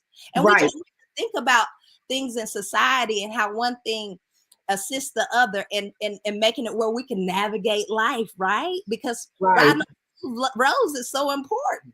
That's it. Yeah. That's it. I want to pivot a little bit because time is flying. Oh, and I can keep you for another 2 hours, but I can't. I want to pivot a little bit more because this accounting and legal work is so important since this is the Black Business Network, we need to speak our language. We need to speak to our community. I want you to tell me about forensic accounting, first of all, just in case some people are not sure what that is. Tell me about that. Who is it for? And why is it important? Okay. All right. So that is a great question. And thank you for asking that, because it's a big thing that you usually don't hear about until you get into circles of, people that are making the millions and gazillions of dollars. But forensic accounting is really just about following the money and where it's going, right? On a day-to-day basis, it'll be like you're getting a divorce and maybe someone's hid some money, and you just want to get a firm grip on what the assets actually are so we can equitably distribute those, right? So that's like a divorce proceeding, where forensic accountants are used, and they're paid about $165 an hour. That's on a personal end. On a more broader spectrum, it would be like federal programming, right? And some of this grant funding and things like that. Well, you'd be surprised to know that a lot of these municipalities are funding projects and things locally, right? But a lot of times those funds are not trickling down to those it's meant to impact. And that's where forensic accounting comes in great. For me, it's worked on the advocacy level because in the town of Carrboro, we've implemented things where the 501c3 nonprofit organizations come to us to the town for certain projects, and they want the funding. and so we asked them questions about their that deals with racial equity, like with what lens they're working on, and then where did the money go and who is it impacted, and then as a result, like who does it harm, who does it hurt, the cost benefit analysis of it. But it's far ranging, but it's, once again, like we said with the contracts, it's one of those pieces that people get uncomfortable about, right? Because this is where a lot of the things where you're like, well, if this amount of COVID funds came, why isn't it happening? So I'll give you a great example. So I was on the Racial Equity Commission, and we had this opportunity for a COVID grant. The powers that be wanted to fund a project to where they would give blankets and something to the homeless that were already in place. And so my colleagues and I were like, well, there are people that are just trying to struggle to be in place where they are now. They're losing their housing. Right. So why don't we implement something to help those to stay where they are? Because we had some instances where some homeless people were dying in the parking garage of Interfaith Council. So things like that. So obviously, there was a disconnect, but it's like there are people that need this, so let's help the people. Right. So it was that type of deal, and we were able to do that, and those were the ways that it trickled down, and it helped a lot of people. So I was grateful to do that, but I was just shocked that, like, wow, we were going to miss that opportunity. And this grant gave people like up to $6,000 in housing assistance, or $1,500 in transportation or childcare, versus the blankets for the homeless people in our town. Who, I mean, we're talking about, we live in a place where the police are so bored, they are, pulling people over at the bus stop, like running their names and arresting them, stuff like that. So it's like, I don't know if, it's like we want this to make sense for what we're actually dealing with, because Orange County is one of the richest counties in the country with the highest poverty rate. And so with numbers like that, it's like the dollars don't really translate, and the opportunities are there, just not being taken advantage of. And that's what forensic accounting has been able to help me, because I'll sit on those commissions and those boards and be able to look at a financial statement to follow exactly what went where, and where I'm not seeing the impact, right? Where somebody's life has been elevated due to this funding. It's like, well, somebody's got to answer to this. That's right. That's right. That's right. This is a great segue into my next question. Like I said earlier, you wear many hats in the accounting, the legal, bail bondsman. I mean, you do a lot of work and a lot of community work. I want to unpack a few things here when it comes to this community leadership and equity work. It's funny that word came up because I just had a discussion about equity work and equity leadership, which is a hot topic right now. Tell us some of the things that you're doing, or some of the challenges, behind the scenes challenges that you're facing or that your work encounters. What are some of the things that people don't see? They don't know about these silent battles that you're dealing with. Talk to us about that. So one of them would be, the biggest one being about racial equity, right? It's almost as if it's something that got lost in translation. Yes. And everybody speaks about racial equity. It's racial equity. It's not DEI. It's not inclusion. Because if we put racial equity in a box with everything else, it gets diluted. And with the town of Carrboro, I saw where they were putting racial equity under environmental issues, right? And it was like, no, racial equity is its own thing, right? And without that, we will continue to see some of the issues that we're having. A great example would be like a conversation I had with the lady that was a professor. And of course, she didn't look like me, right? But she was just talking about how the woman has had it so hard, right? And here I am, a Black woman, talking to her to tell me about how the Black man had the right to vote before I said the white woman. And so where do you put that puts the black woman at the very end of the totem pole, which is so unfortunate because, I mean, as a black woman, I mean, I've never known my grandma to leave anybody out. And so where we uphold the black woman where she needs to be, I feel like we as a society will be transformed. And a lot of these things that we're running into in these brick walls would no longer exist, because where we empower black people, we just don't leave anybody out. That's right. And as a grandmother of a biracial grandchild, it's like everybody's gonna win when the tide rises. For That's me, right. You know what I mean? She's gonna have access to generational wealth thanks to me, right? Love it. It's gonna be important for her to know her black side and that she is that, even though she might have the look where she can pass, right, as a white woman in America, but she needs to know that she's black. And that's what racial equity is to me. It's like, like you just can't forget us. We can't be destroyed. We're unforgettable. We are unforgettable. Right. And that's what it is. But the more you forget about us, the more issues you're going to have in society. That's right. You know what I mean? Brother against brother, mother against mother. It's like until we hold the pinnacle of where things really matter, which is you look at the most overlooked person in society would be the black woman. It's like until we get there to where we're holding her as the pinnacle, we're just going to continue to have these aimless situations and movements and things that come and go. And this is why I've always been a champion for racial equity. Love it. Love it. Important. Equality is something different, right?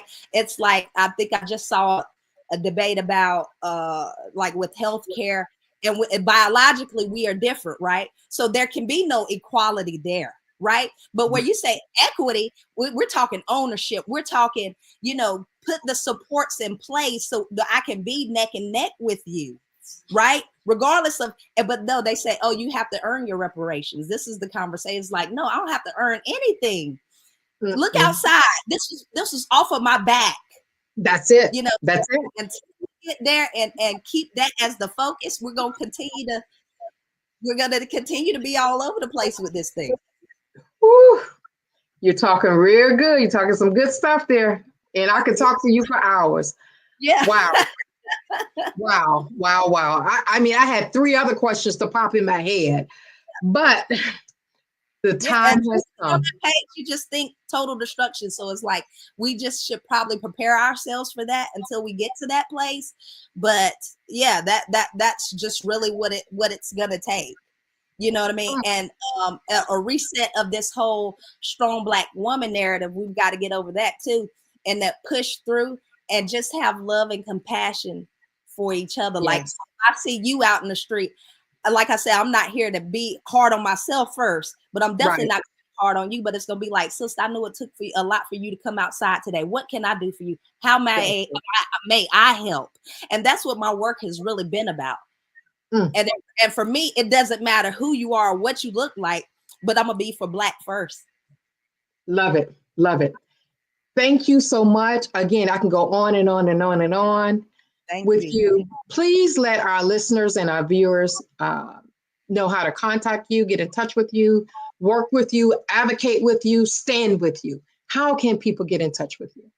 Well, right now, social media is the best place to reach out to me via Facebook. It's Kenyatta Clark. I have an Instagram page, which is Walking in Wellness.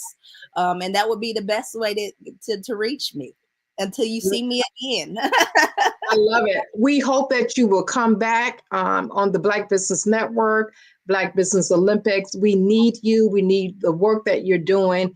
Please keep being you. Yes, and you guys. Yes, absolutely. Thank you, everyone, for joining us. My name is Nikki Curry, and I want you to know and remember, genius is common, and I will see you on the other side.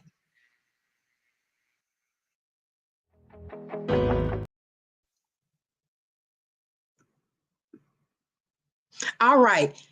why we do the Black Business Olympics. It is so important for everyone to understand the reason why we're here. We are here to help raise funds for our scholarship fund. The scholarship fund is designed to help high school seniors receive laptops. These are high school seniors going to college or K through 12 entrepreneurs. This expo is a fundraiser for these students, and we want you to help us support this particular platform and these wonderful and amazing students. You can donate to our scholarship fund at blackbusinessexpousa.com, or you can use our Cash App handle, which is $BBXUSA. Our goal is to give laptops and up to $5,000 to 10 students. Students can register online at www.blackbusinessexpousa.com.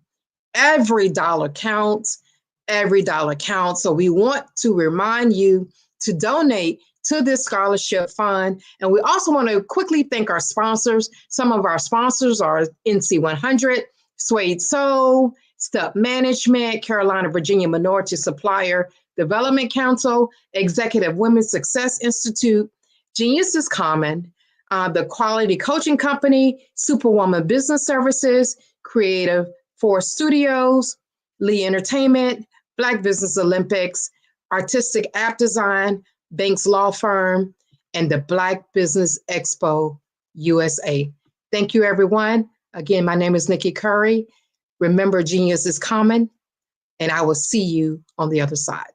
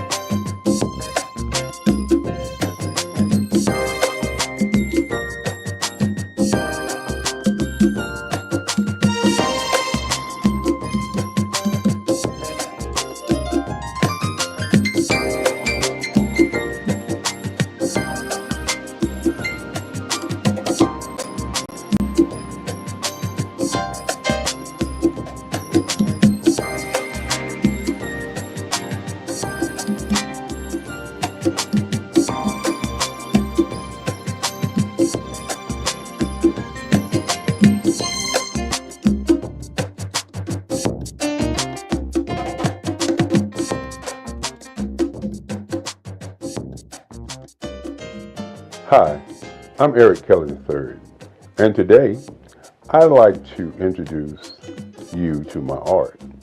Welcome to the Eric Kelly III Museum, located in Durham, North Carolina.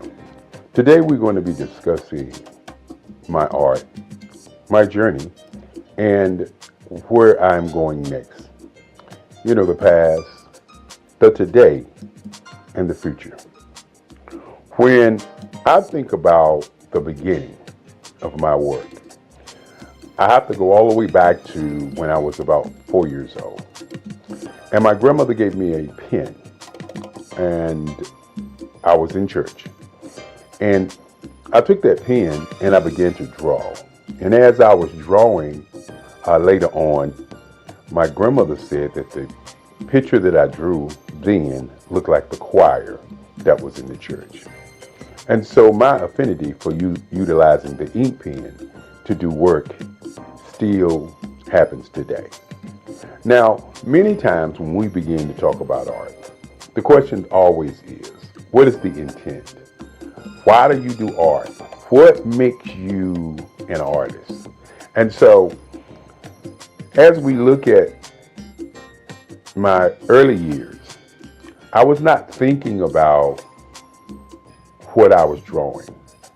I was just in love with drawing.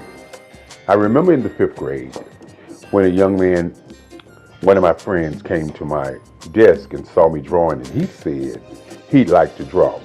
And so I said to him, anyone can draw. Because in my mind as a young kid, my art was just a way of, I would say, expressing how I felt. And so each day I would give him triangles and squares and show him how to draw. And so in my mind, I wanted to be an art teacher. And being an art teacher, I thought I could give back to other young people, other folk, how I felt about art. And so as we moved through my timeline and moved past the 5th grade, I began to draw, I would say, comic book figures, a lot of figures, a lot of pictures of what I saw in comic books. And one of the things that I noticed about me at an early age, maybe it was because my grandmother was a civil rights leader, maybe it was because my great-grandfather wanted me to be a lawyer, and he took me each day from Scarborough Nursery School down to the courthouse to watch what was going on at the courthouse. And maybe it was me watching television and seeing the civil rights movement happening and seeing things that was going on. But I remember when I was about 12 that there was this thing called identity. Say it loud, I'm black and I'm proud. And the music that I was hearing was just so different until I began to change the white images that I looked at to black images. I can remember the Incredible Hulk that I changed into the Incredible Bullock. You gotta understand, I was a kid, Tarzan. I did Tarzan wrestling with an alligator in the jungle with an afro. And so this whole thing of black identity was prevalent on my mind as a young artist. Many times people say artwork is political. And I continue to say that not only artwork is political, art is what is your identity, but more importantly, what is your intention. And so as I moved through those years, 5th, 6th, 7th, 8th grade, I began to look at the difference between how I felt and how I saw things. And one of the things that I noticed early on is that I could actually hear tones and hear music, and I would see colors in terms of what I was drawing. Many times I found myself talking to people and I would say, I can draw you if I think about you. And that was one of the games I used to play when I was a young kid. I would talk to somebody, I would listen to them, and then I would go home and I'd get my sketch pad and I would actually draw them. Many times when I was coming up, I used to tell people that if you talk about what you want, I could draw some lines, and then I can go and create that particular object. Intention, identity, and color was very prevalent in my work at an early age. I remember my first paper mache dog that I did. It was white. And my teacher kept the paper mache dog. And my great-grandfather used to say to me that don't give my artwork away. And so he said, only sell to collectors. And so at 7 years old, he started a museum for me called the Eric Kelly III Museum that would house my artwork in his house, along his halls, and house my writings. I'm also a poet. I do poetry, 3 portrait CDs that I've done in the past, along with some more interesting writing. My work, again, as I said before, is about identity and intention. When you think about colors, and we will see some of those pieces later on, but the colors and portraiture that I've moved into, very, very important. Initially, I was doing a lot of figuration, and that figuration was a lot of history pieces. Now, fortunate for many artists, they have what I would say some guidance, some leadership. When I was growing up, once I got to the 12th grade, 3 of my teachers, Sandra Dowd, Miss Corbett, and Miss Cousins, pulled me into the teacher's lounge. And my art teacher, Sandra Dowd, said to me that I was cheating the world because I was not doing enough art. And she said each day that she give out a project, that I would come in the day of the project and do the best piece in the school. And I used to think about that because I wasn't really aware in terms of my art. I just was doing art. And so my English teacher said that, well, this year you're not going to graduate. And my history teacher says, that is correct, you're not going to graduate. And so you got to understand, back in those days, graduation, senior year was very important. And so what I did was I said to them, y'all can't do that. And they said, yes, we can, because we control your grades.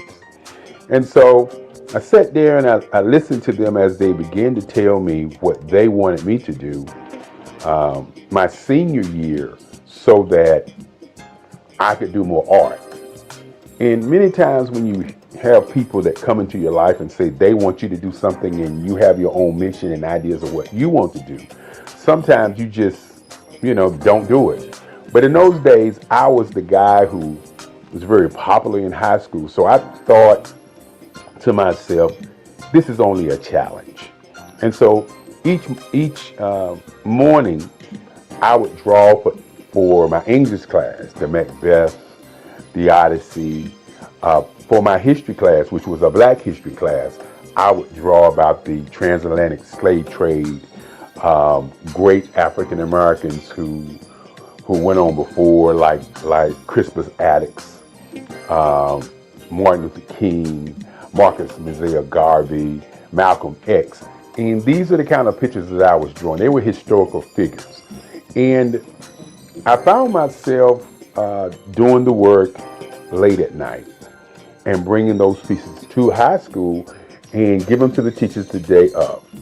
And I think those teachers thought that by me doing the work that I was doing, that I was giving the work to them. But as I said before, my great-grandfather said, don't give your work away. Always sell your work for what it's worth. And more importantly, sell to collectors. And so the Eric Kelly Museum has been a private museum only selling to collectors. And so when the end of the year came, I had drawn enough work to fill a whole hallway in the high school. And as I said before, I started out doing figuration. in doing historical pieces. And I hadn't yet started thinking about what my intent was going to be. Why was I doing the work? I was doing the work because I was asked, not because there was this urge deep down inside saying, I'm going to draw all of this work. And so at the end of the year, I received the Links Best Artist in the State. And this is what has propelled me to become the artist I am today. I looked at the art award that I received, and I thought about where did I want to go to college. And so I had letters coming to me. I was in the news, I was on television and all these great things. I had these things to happen. And so I had letters coming to my house to go to different schools. And my great-grandfather used to say there are 5 things that you need to think about as you live. He said, number 1 is to think. Number 2 is to sell something. Number 3 is to do research. Number 4 is to be relentless. Number 5 is to have energy in everything that you do. And so I started on my quest for understanding that art was going to be what I wanted to do. And so I did research on the schools in Durham, North Carolina. And for those who don't know about Durham, North Carolina, Durham, North Carolina is a space where black people, 49% black people, were engaging in economics everywhere. You know, Durham was the tobacco capital of North Carolina at one time. And so when I was a young man and I lived in Fairview Street Projects, I could walk down to Pettigrew Street, not to Parish Street, because Parish Street is considered Black Wall Street now, but before Parish Street, there was Pettigrew Street. And on Pettigrew Street was Service Printing, black men owned it, the Regal Theater, black men owned it, the Barber Shop, WAFR, and the taxi cabs. And I could see black people doing great things right there on Pettigrew Street. And Pettigrew Street was probably about 4 or 5 blocks from where I stayed. I remember going to the Regal Theater, seeing Hercules and all these movies as a young man. But the thing that really impressed me about Pettigrew Street was I saw black people doing black things. And so as I did my research to see where I was going to go to school, I discovered that North Carolina Central University was one of the top schools with black professors. And one of the things that I wanted to do, you know, as a young person is I wanted to go to a school where I could study in the class, and then I also could go to the library and pick their books up and read more about what they were talking about, so I would be immersed into the art. And so at that time, North Carolina Central University did not have an art scholarship program. And so remember what I said earlier about my great-grandfather. He said, think, and then say, and do research. And so in doing my research and thinking, I said to myself, I want to take my portfolio down and ask them to come to that school for art.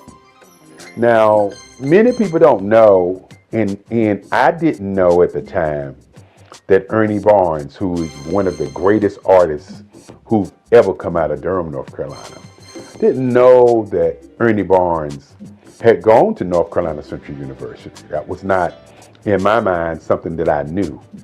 I was an artist who was influenced by the people that I knew, not the books that I read, but the people that I actually knew.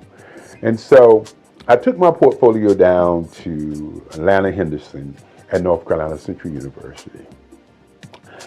My portfolio was full of historical art. as I said before, because that's all I was doing. Many times you hear the idea that all art is political art. While I wasn't thinking my art was political, my art was always about identity as a black man, as a black person, as a black entity on the planet. And so I left my portfolio with Dr. Henderson, and a week passed, and they sent me a letter offering me an art scholarship at North Carolina Central University. This was probably one of the greatest days of my life. As my grandmother at the time said to me, she said, well, since you're going to school for free, I'm going to give you the family car. And you know, when you're thinking about your life and how things transpire to get you where you're going, these are the kinds of things that move you to believe in yourself. My grandmother used to say, you can do anything that you want to do. Just stand up for yourself and do it. And so, with that being said, my grandmother gave me the family car, and off to North Carolina Central University I was. And, you know, one of the first heartaches that I would say that I had at North Carolina Central University was the whole I'm on art scholarship. And why I say it was a heartache is because the other students that was in school in those days, they knew I was on art scholarship. I didn't know they knew I was on art scholarship. So when classes began and I was asking the other students about painting, because in high school I had done 3 paintings, hadn't done a lot of painting. As a matter of fact, I was self-taught for my painting. My art teacher, Sandra Dowd, said to me, and I'll never forget it, she said, you're an artist. I don't have to tell you what to do. Just take the paint and put it on the canvas and you will figure it out. And that was my first foray into painting. And I did pretty good. I created an abstract, I created a couple other paintings, and I was doing pastels at the time. And pastels was my first love after pencil and ink pen. And so what I did was I utilized my pastel skills as a way of painting. So when you actually see some of my painting, it looks like pastels, because that's how I mix, that's how I match my colors, that's how I draw, that's how I utilize my line work on my paintings, just like pastels. And we'll get an opportunity to see some of those things as we move forward. And so as I got to college, I won't ever forget, I was asking a young lady how to paint. And she said, you got an art scholarship, you ought to know how to paint. And this was a heartbreaker for me, because I came from a background of people helping people to get to where they go. And so with that in mind, in terms of how I was raised, never raised to say to people, I can't help you, I'm not going to help you, you got something, so go do what you do. And so this was a daunting task for me, because I was looking at seniors doing artwork, and I was expected at that moment to be able to do work just as well as the seniors were able to do the work, because in their minds I had an art scholarship, and that art scholarship meant that I had some magical powers, some great art in me that they didn't have. And so I was very, very depressed on that day. I remember it like it was yesterday, because what I did was, as they laughed at me, as they looked at me with those eyes of, I don't know why you got a scholarship if you can't paint kind of feeling. I just walked out of the classroom, got into my car, and I drove home. And I sat in my house, my grandmother's house. I sat there and I just thought, why am I going to college? Do I want to go back to college? Do I want to continue this thing called art? I wasn't sure. I just sat there and sat there and sat there. And then in the back of my mind, I could hear Sandra Dowd saying, you know, you're an artist. All you got to do is put the paint on the board and work it out. I could hear Miss Corbett saying, when I brought her the pieces of artwork, oh, this is great. I'm going to be able to talk about Macbeth today, and we're going to utilize these pieces. I could hear in the back of my mind Miss Cousin saying, when you look at Eric Kelly, he looks dumb. But when he opens his mouth, he is brilliant. He holds class from one side of the classroom while we are doing class, and he can answer all the questions about history. And I could hear these things in my mind while I was sitting there thinking, do I even want to go back? I tell people all the time that peer pressure is a major pressure on many people if they can't handle it. Fortunately for me, my great-grandfather, my grandmother, and my moms always said to me, you can do whatever you want to do. Listen to what you want to do first and follow your dream. And so my art class was on Monday, Wednesday, and Friday. And my class that I went to was on a Monday. On Tuesday, I didn't go to art class. Wednesday, I didn't go to art class. So on Thursday, I decided that I'm going to go over there to North Carolina Central, and I was going to paint. Now, you got to understand, as a young kid, a young black man, when you're thinking about your identity, you're thinking about what you want to do, and people are pressing against you and doubting who you are and really identifying and seeing who you are. You gotta understand, you're not the guy that I am today. You are a young man who has fear, a young man who's uncertain, a young man who is asking the question, why am I here? And so on that Thursday, I went to the art department at 4 o'clock when I knew most of the students were not there.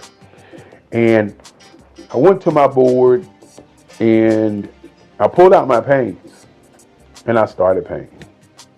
And I just kept painting. And I just kept painting. And I continued to paint. I was working it out, trying to figure out what in the world was I doing. And I remember when I got to the art department and I thought about what I wanted to paint. And I painted a piece that if people saw it today, they probably would say that it's racist. If people saw it today, they would probably say, what was he thinking? What was his intent? But I had done a piece in history, in Black history class, of a slave being hung. And it showed a plantation owner grabbing the slave in his hair, getting ready to put the slave into a rope. The name of the picture was I Didn't Do It. And the picture was about a slave who witnessed something that happened and told other people on the plantation, and then the master decided to hang him for talking about it. And this piece also has the Ku Klux Klan in the back, the fiery cross in the back, and all of that crazy stuff I was doing back in that day. And I began to paint that picture. And as I was painting that picture, I could see exactly how to paint. I don't know why or what, but I could actually see how to paint. And so I was there from 4 o'clock in the afternoon, and I looked up, it was 4 o'clock in the morning. I took my sheet that we had in art class and I laid it over the piece, and I jumped in my car and I went home. And so my class was Friday morning at 11 o'clock, 11:35.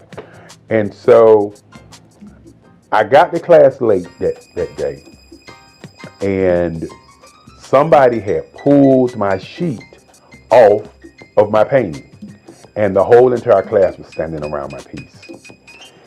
You know, when you are uncertain about who you are and what you're doing sometimes, and you're looking for validation, it kind of gets in the way of how you make art.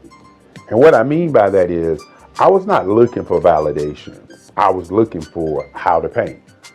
And by looking for how to paint, I created something that nobody expected to come from me, because just 2 days prior, I was asking people in class how to paint. And so this has been a part of who I've always been, is the kind of person who looks at something from a perspective, and instead of asking a question, I delve into it and make a change and make a difference. And so as the kids were standing around my piece, I walked into class, and true to form, I am never been a person who is always trying to talk about what I do. As my great-grandfather used to say, great people are not people who are walking around talking about being great. They're doing great things. And so I walked in and I walked past the students, and I started to pull out my paints in my box. And one of the students said to me, and this was a moment in my life when I really realized that I didn't need validation from people in me making my art. I just needed to continue making art. One person said, "That's not yours. What are you doing?" And I turned and I looked at the student, most of us seniors, and I said, "It is mine." I said to them, I worked on it from 4 o'clock until 4 o'clock yesterday morning. And then one of the students just said, "I just can't believe it." And I just turned and began to work on my work. This has been what's happened to me in art all my life. It's never been about me looking to be a great artist. It's always been about, what is the identity? What is the intent? Why do I draw? What about this practice that I have? What about this museum that I have that makes me continue to draw and paint?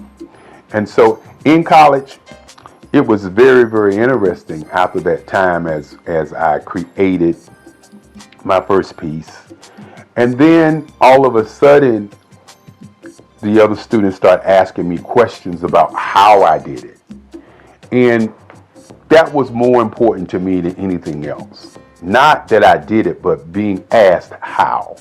And as I said before, I utilize my artwork or utilize my painting as I was doing pastels. Pastels was my first love. And once I got to college, I had to begin to think about what my identity, what I was going to do in art. Was I going to be doing figuration? Was I going to be doing scenes? What was I really going to do? And I remember Carlisle, who was one of my teachers. Mr. Carlisle. I remember Mr. Carlisle. And Mr. Carlisle was an art teacher who said to me, he liked the way I was doing large pieces, and that large pieces was something different from what the other students were doing. And so what I decided to do was to try to figure out what kind of artist I wanted to be. You know, I opened up talking about identity and intention.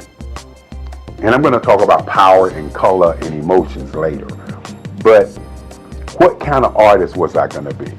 And so Mr. Carlisle and Kennedy and some of the other teachers decided that they were going to take us art students to Washington, D.C. And taking us to Washington, D.C. to a art show by an art show curated called 200 Years of African American Art. And you have to understand that in those days, the information that we got was just so powerful. It was not information that we didn't look at the information, but we looked at the information and worked on analyzing why it existed. And so had an opportunity to go to Washington, D.C. There was over 85 pieces of artwork by different artists from all over the world. And that's when I first saw Aaron Douglas. I had known about Romeo Bearden. I had known about Ernie Barnes because Ernie Barnes came from Durham, North Carolina. And I knew about Ernie Barnes because of Good Times. And I knew about Ernie Barnes because he went to Hillside, that same high school that I went to. And many times when we were drawing as young kids, we would always get, you try and draw like Ernie Barnes. That's Ernie Barnes. That kind of like Ernie Barnes. And so my mind was like, I didn't want to be a copy or a duplicate of any other artist, but I wanted to know what these other artists were doing and who they were. And then I ran across a man by the name of Charles White. And this is where my entire existence was shook. Because I believe that art is the expression of how one feels. And we walked into this big room, and on this room was a mural. And this mural looked like I drew it. It looked like my work. Mr. Carlisle said it, Mr. Kennedy said it, and I was looking at it and I was like, how can this be? How can this man's work be like my work? And who in the world is Charles White? And so this was a journey to kind of discover who he was, why he drew the way that he drew, what was the political part of the kind of art that he was doing. And more importantly, in those days, some artists was doing something that they call today super realism.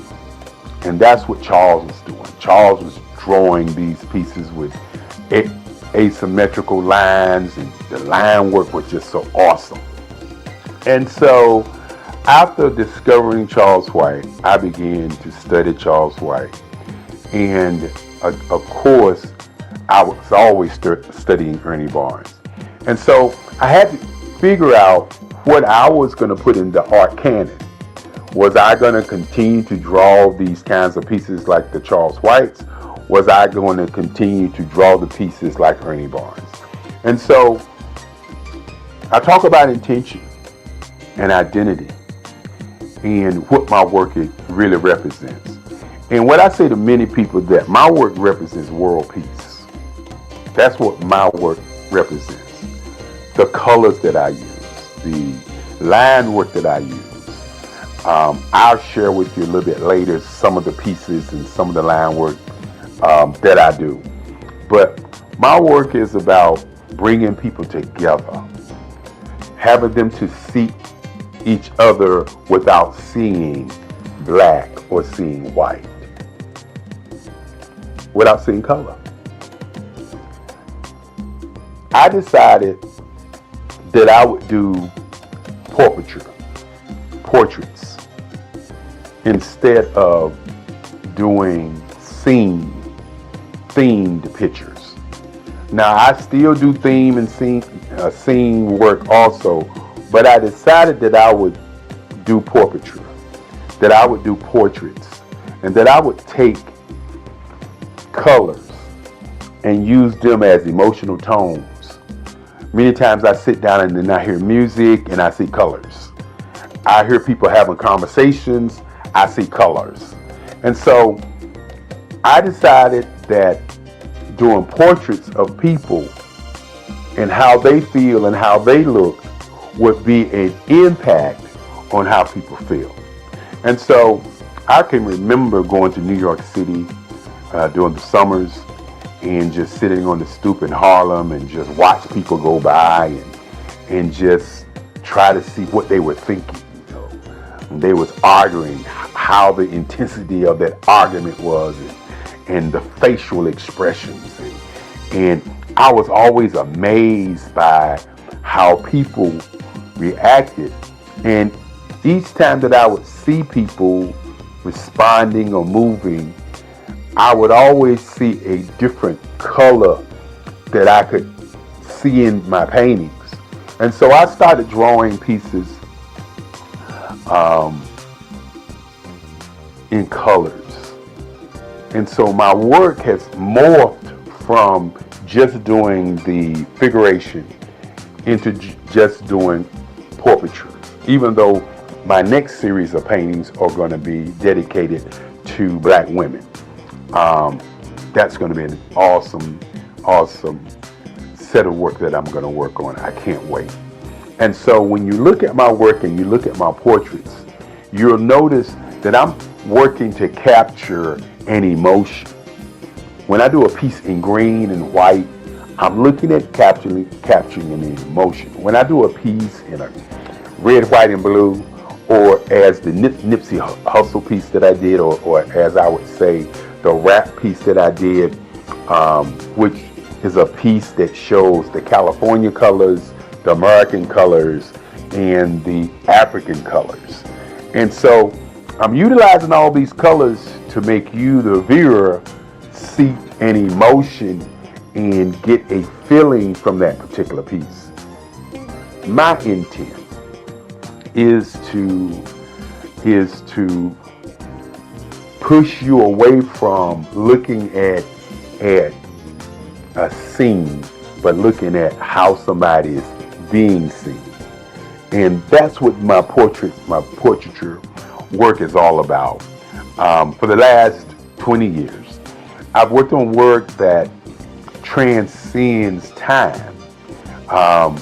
Pieces on my grandmother, my mother, in what I call lines, colors, and emotions. And when you sit back and you think about that first day in college when I didn't know how to paint, and you think about now where I'm painting every day, you can understand what identity for me has always been about. We hear about Black female artists. We hear about white women artists. We hear about white men artists, the Michelangelos, the Monets, and all of these guys, the Picassos. But what we don't hear is about many Black men artists and what is their intent and identity in the Black art canon. I don't want to be revered as a Black artist. And one of the reasons that I moved into doing the kind of work that I'm doing is because I want to be revered as an American artist. I don't want to be revered as a Black man artist, even though I'm a Black man. I want to be revered as an artist that painted people, portraits in different colors to get emotions from the viewer. I want my pieces to be large enough that it impacts you as you're looking at it, as opposed to you're just looking at a piece. You know, the colors are symbols and emotions that I get when I'm listening to music, when I'm painting. And so I want my audience to begin to look at my pieces as if it's an emotion, not just a painting, an emotion.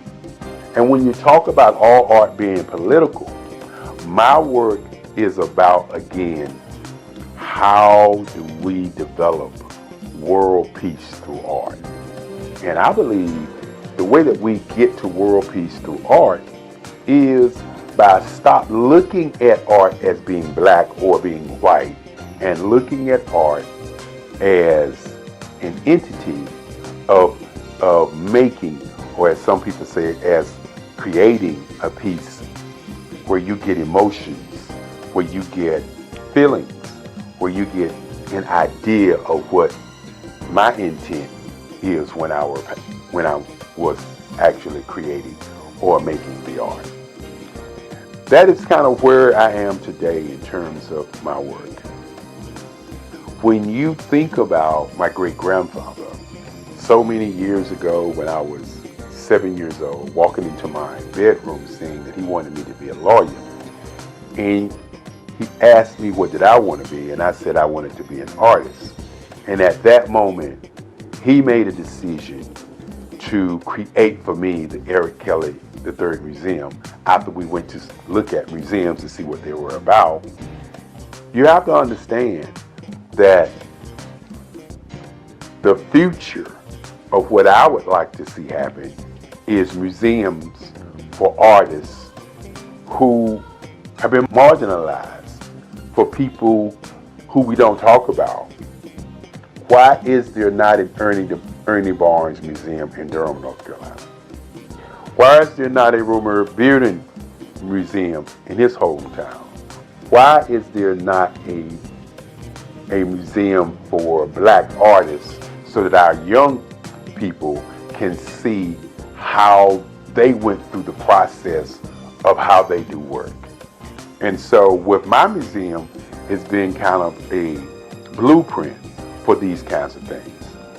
The Eric Kelly Museum houses the collective writings, the collective works of my work for over 65 years. And one of the things that I would like to see happen is many, many more museums for great artists.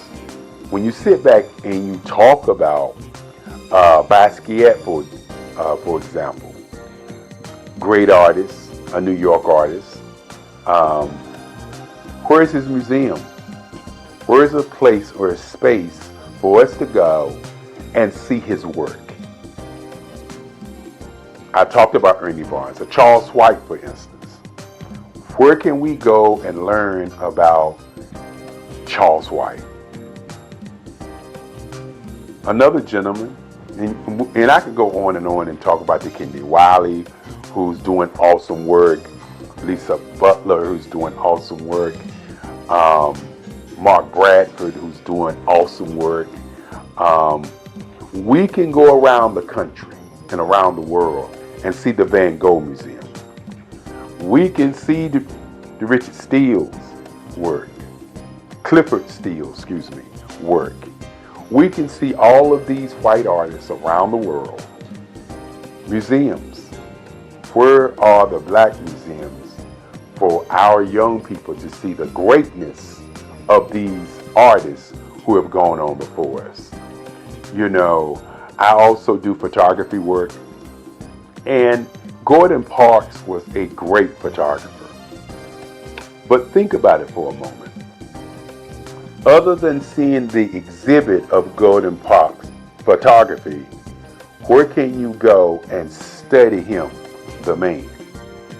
One of the reasons that I'm doing this video is because when you look at or talk about artists, many times we have people to narrate what was that artist thinking about, okay?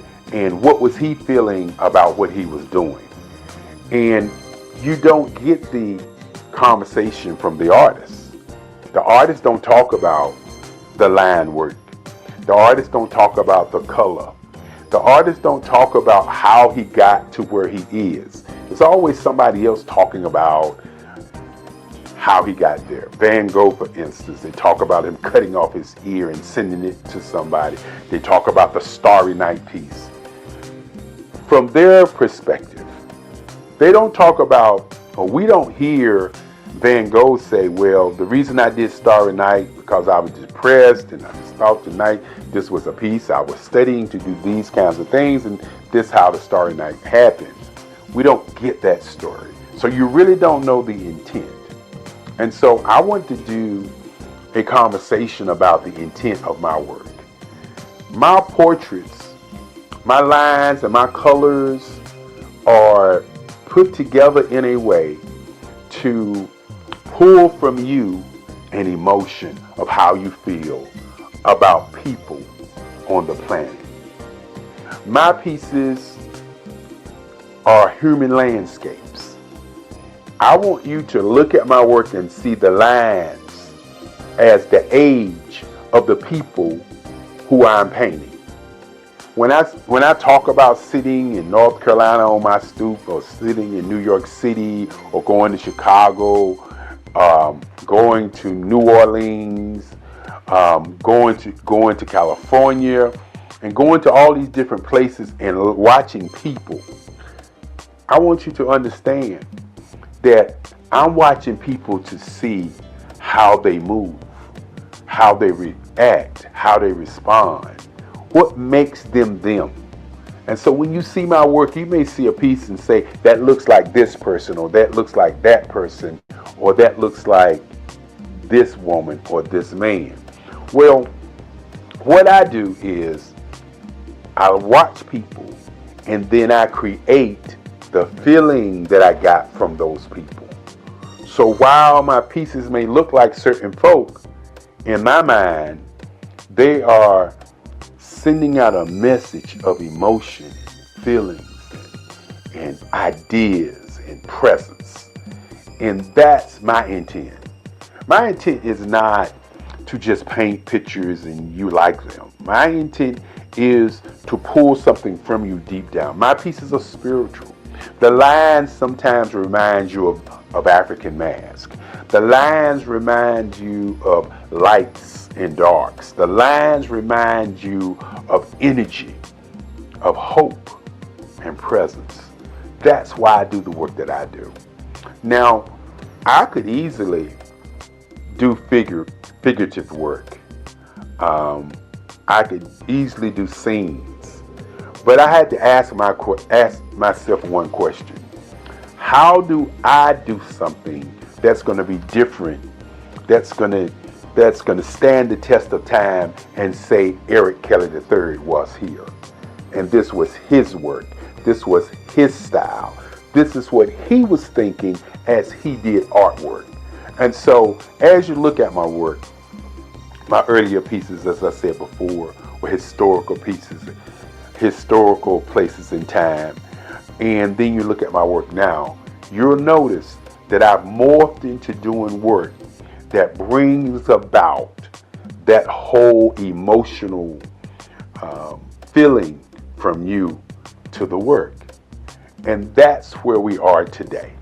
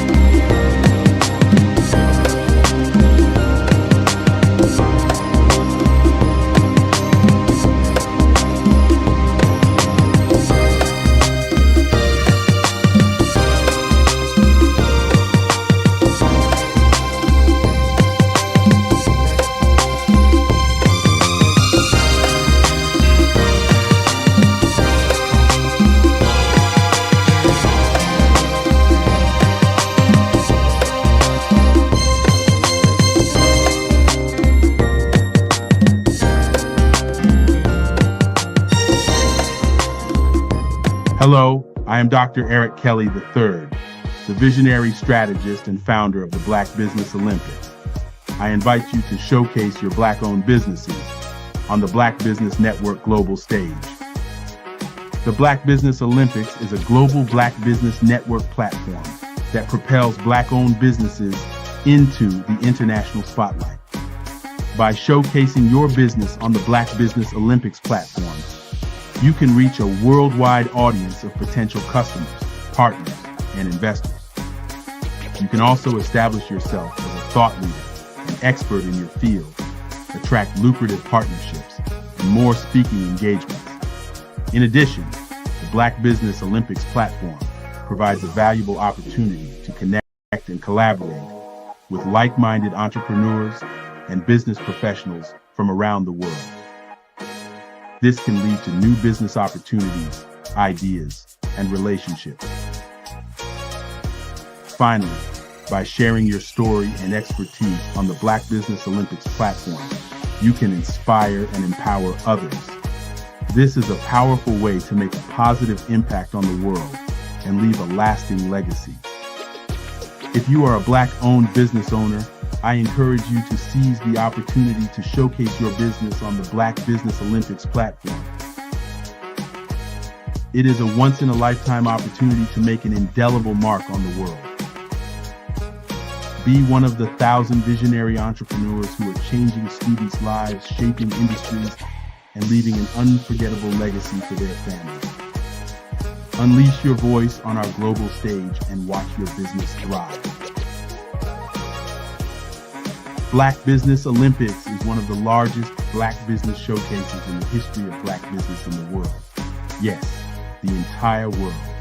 Just give me a call today at 919-308-9090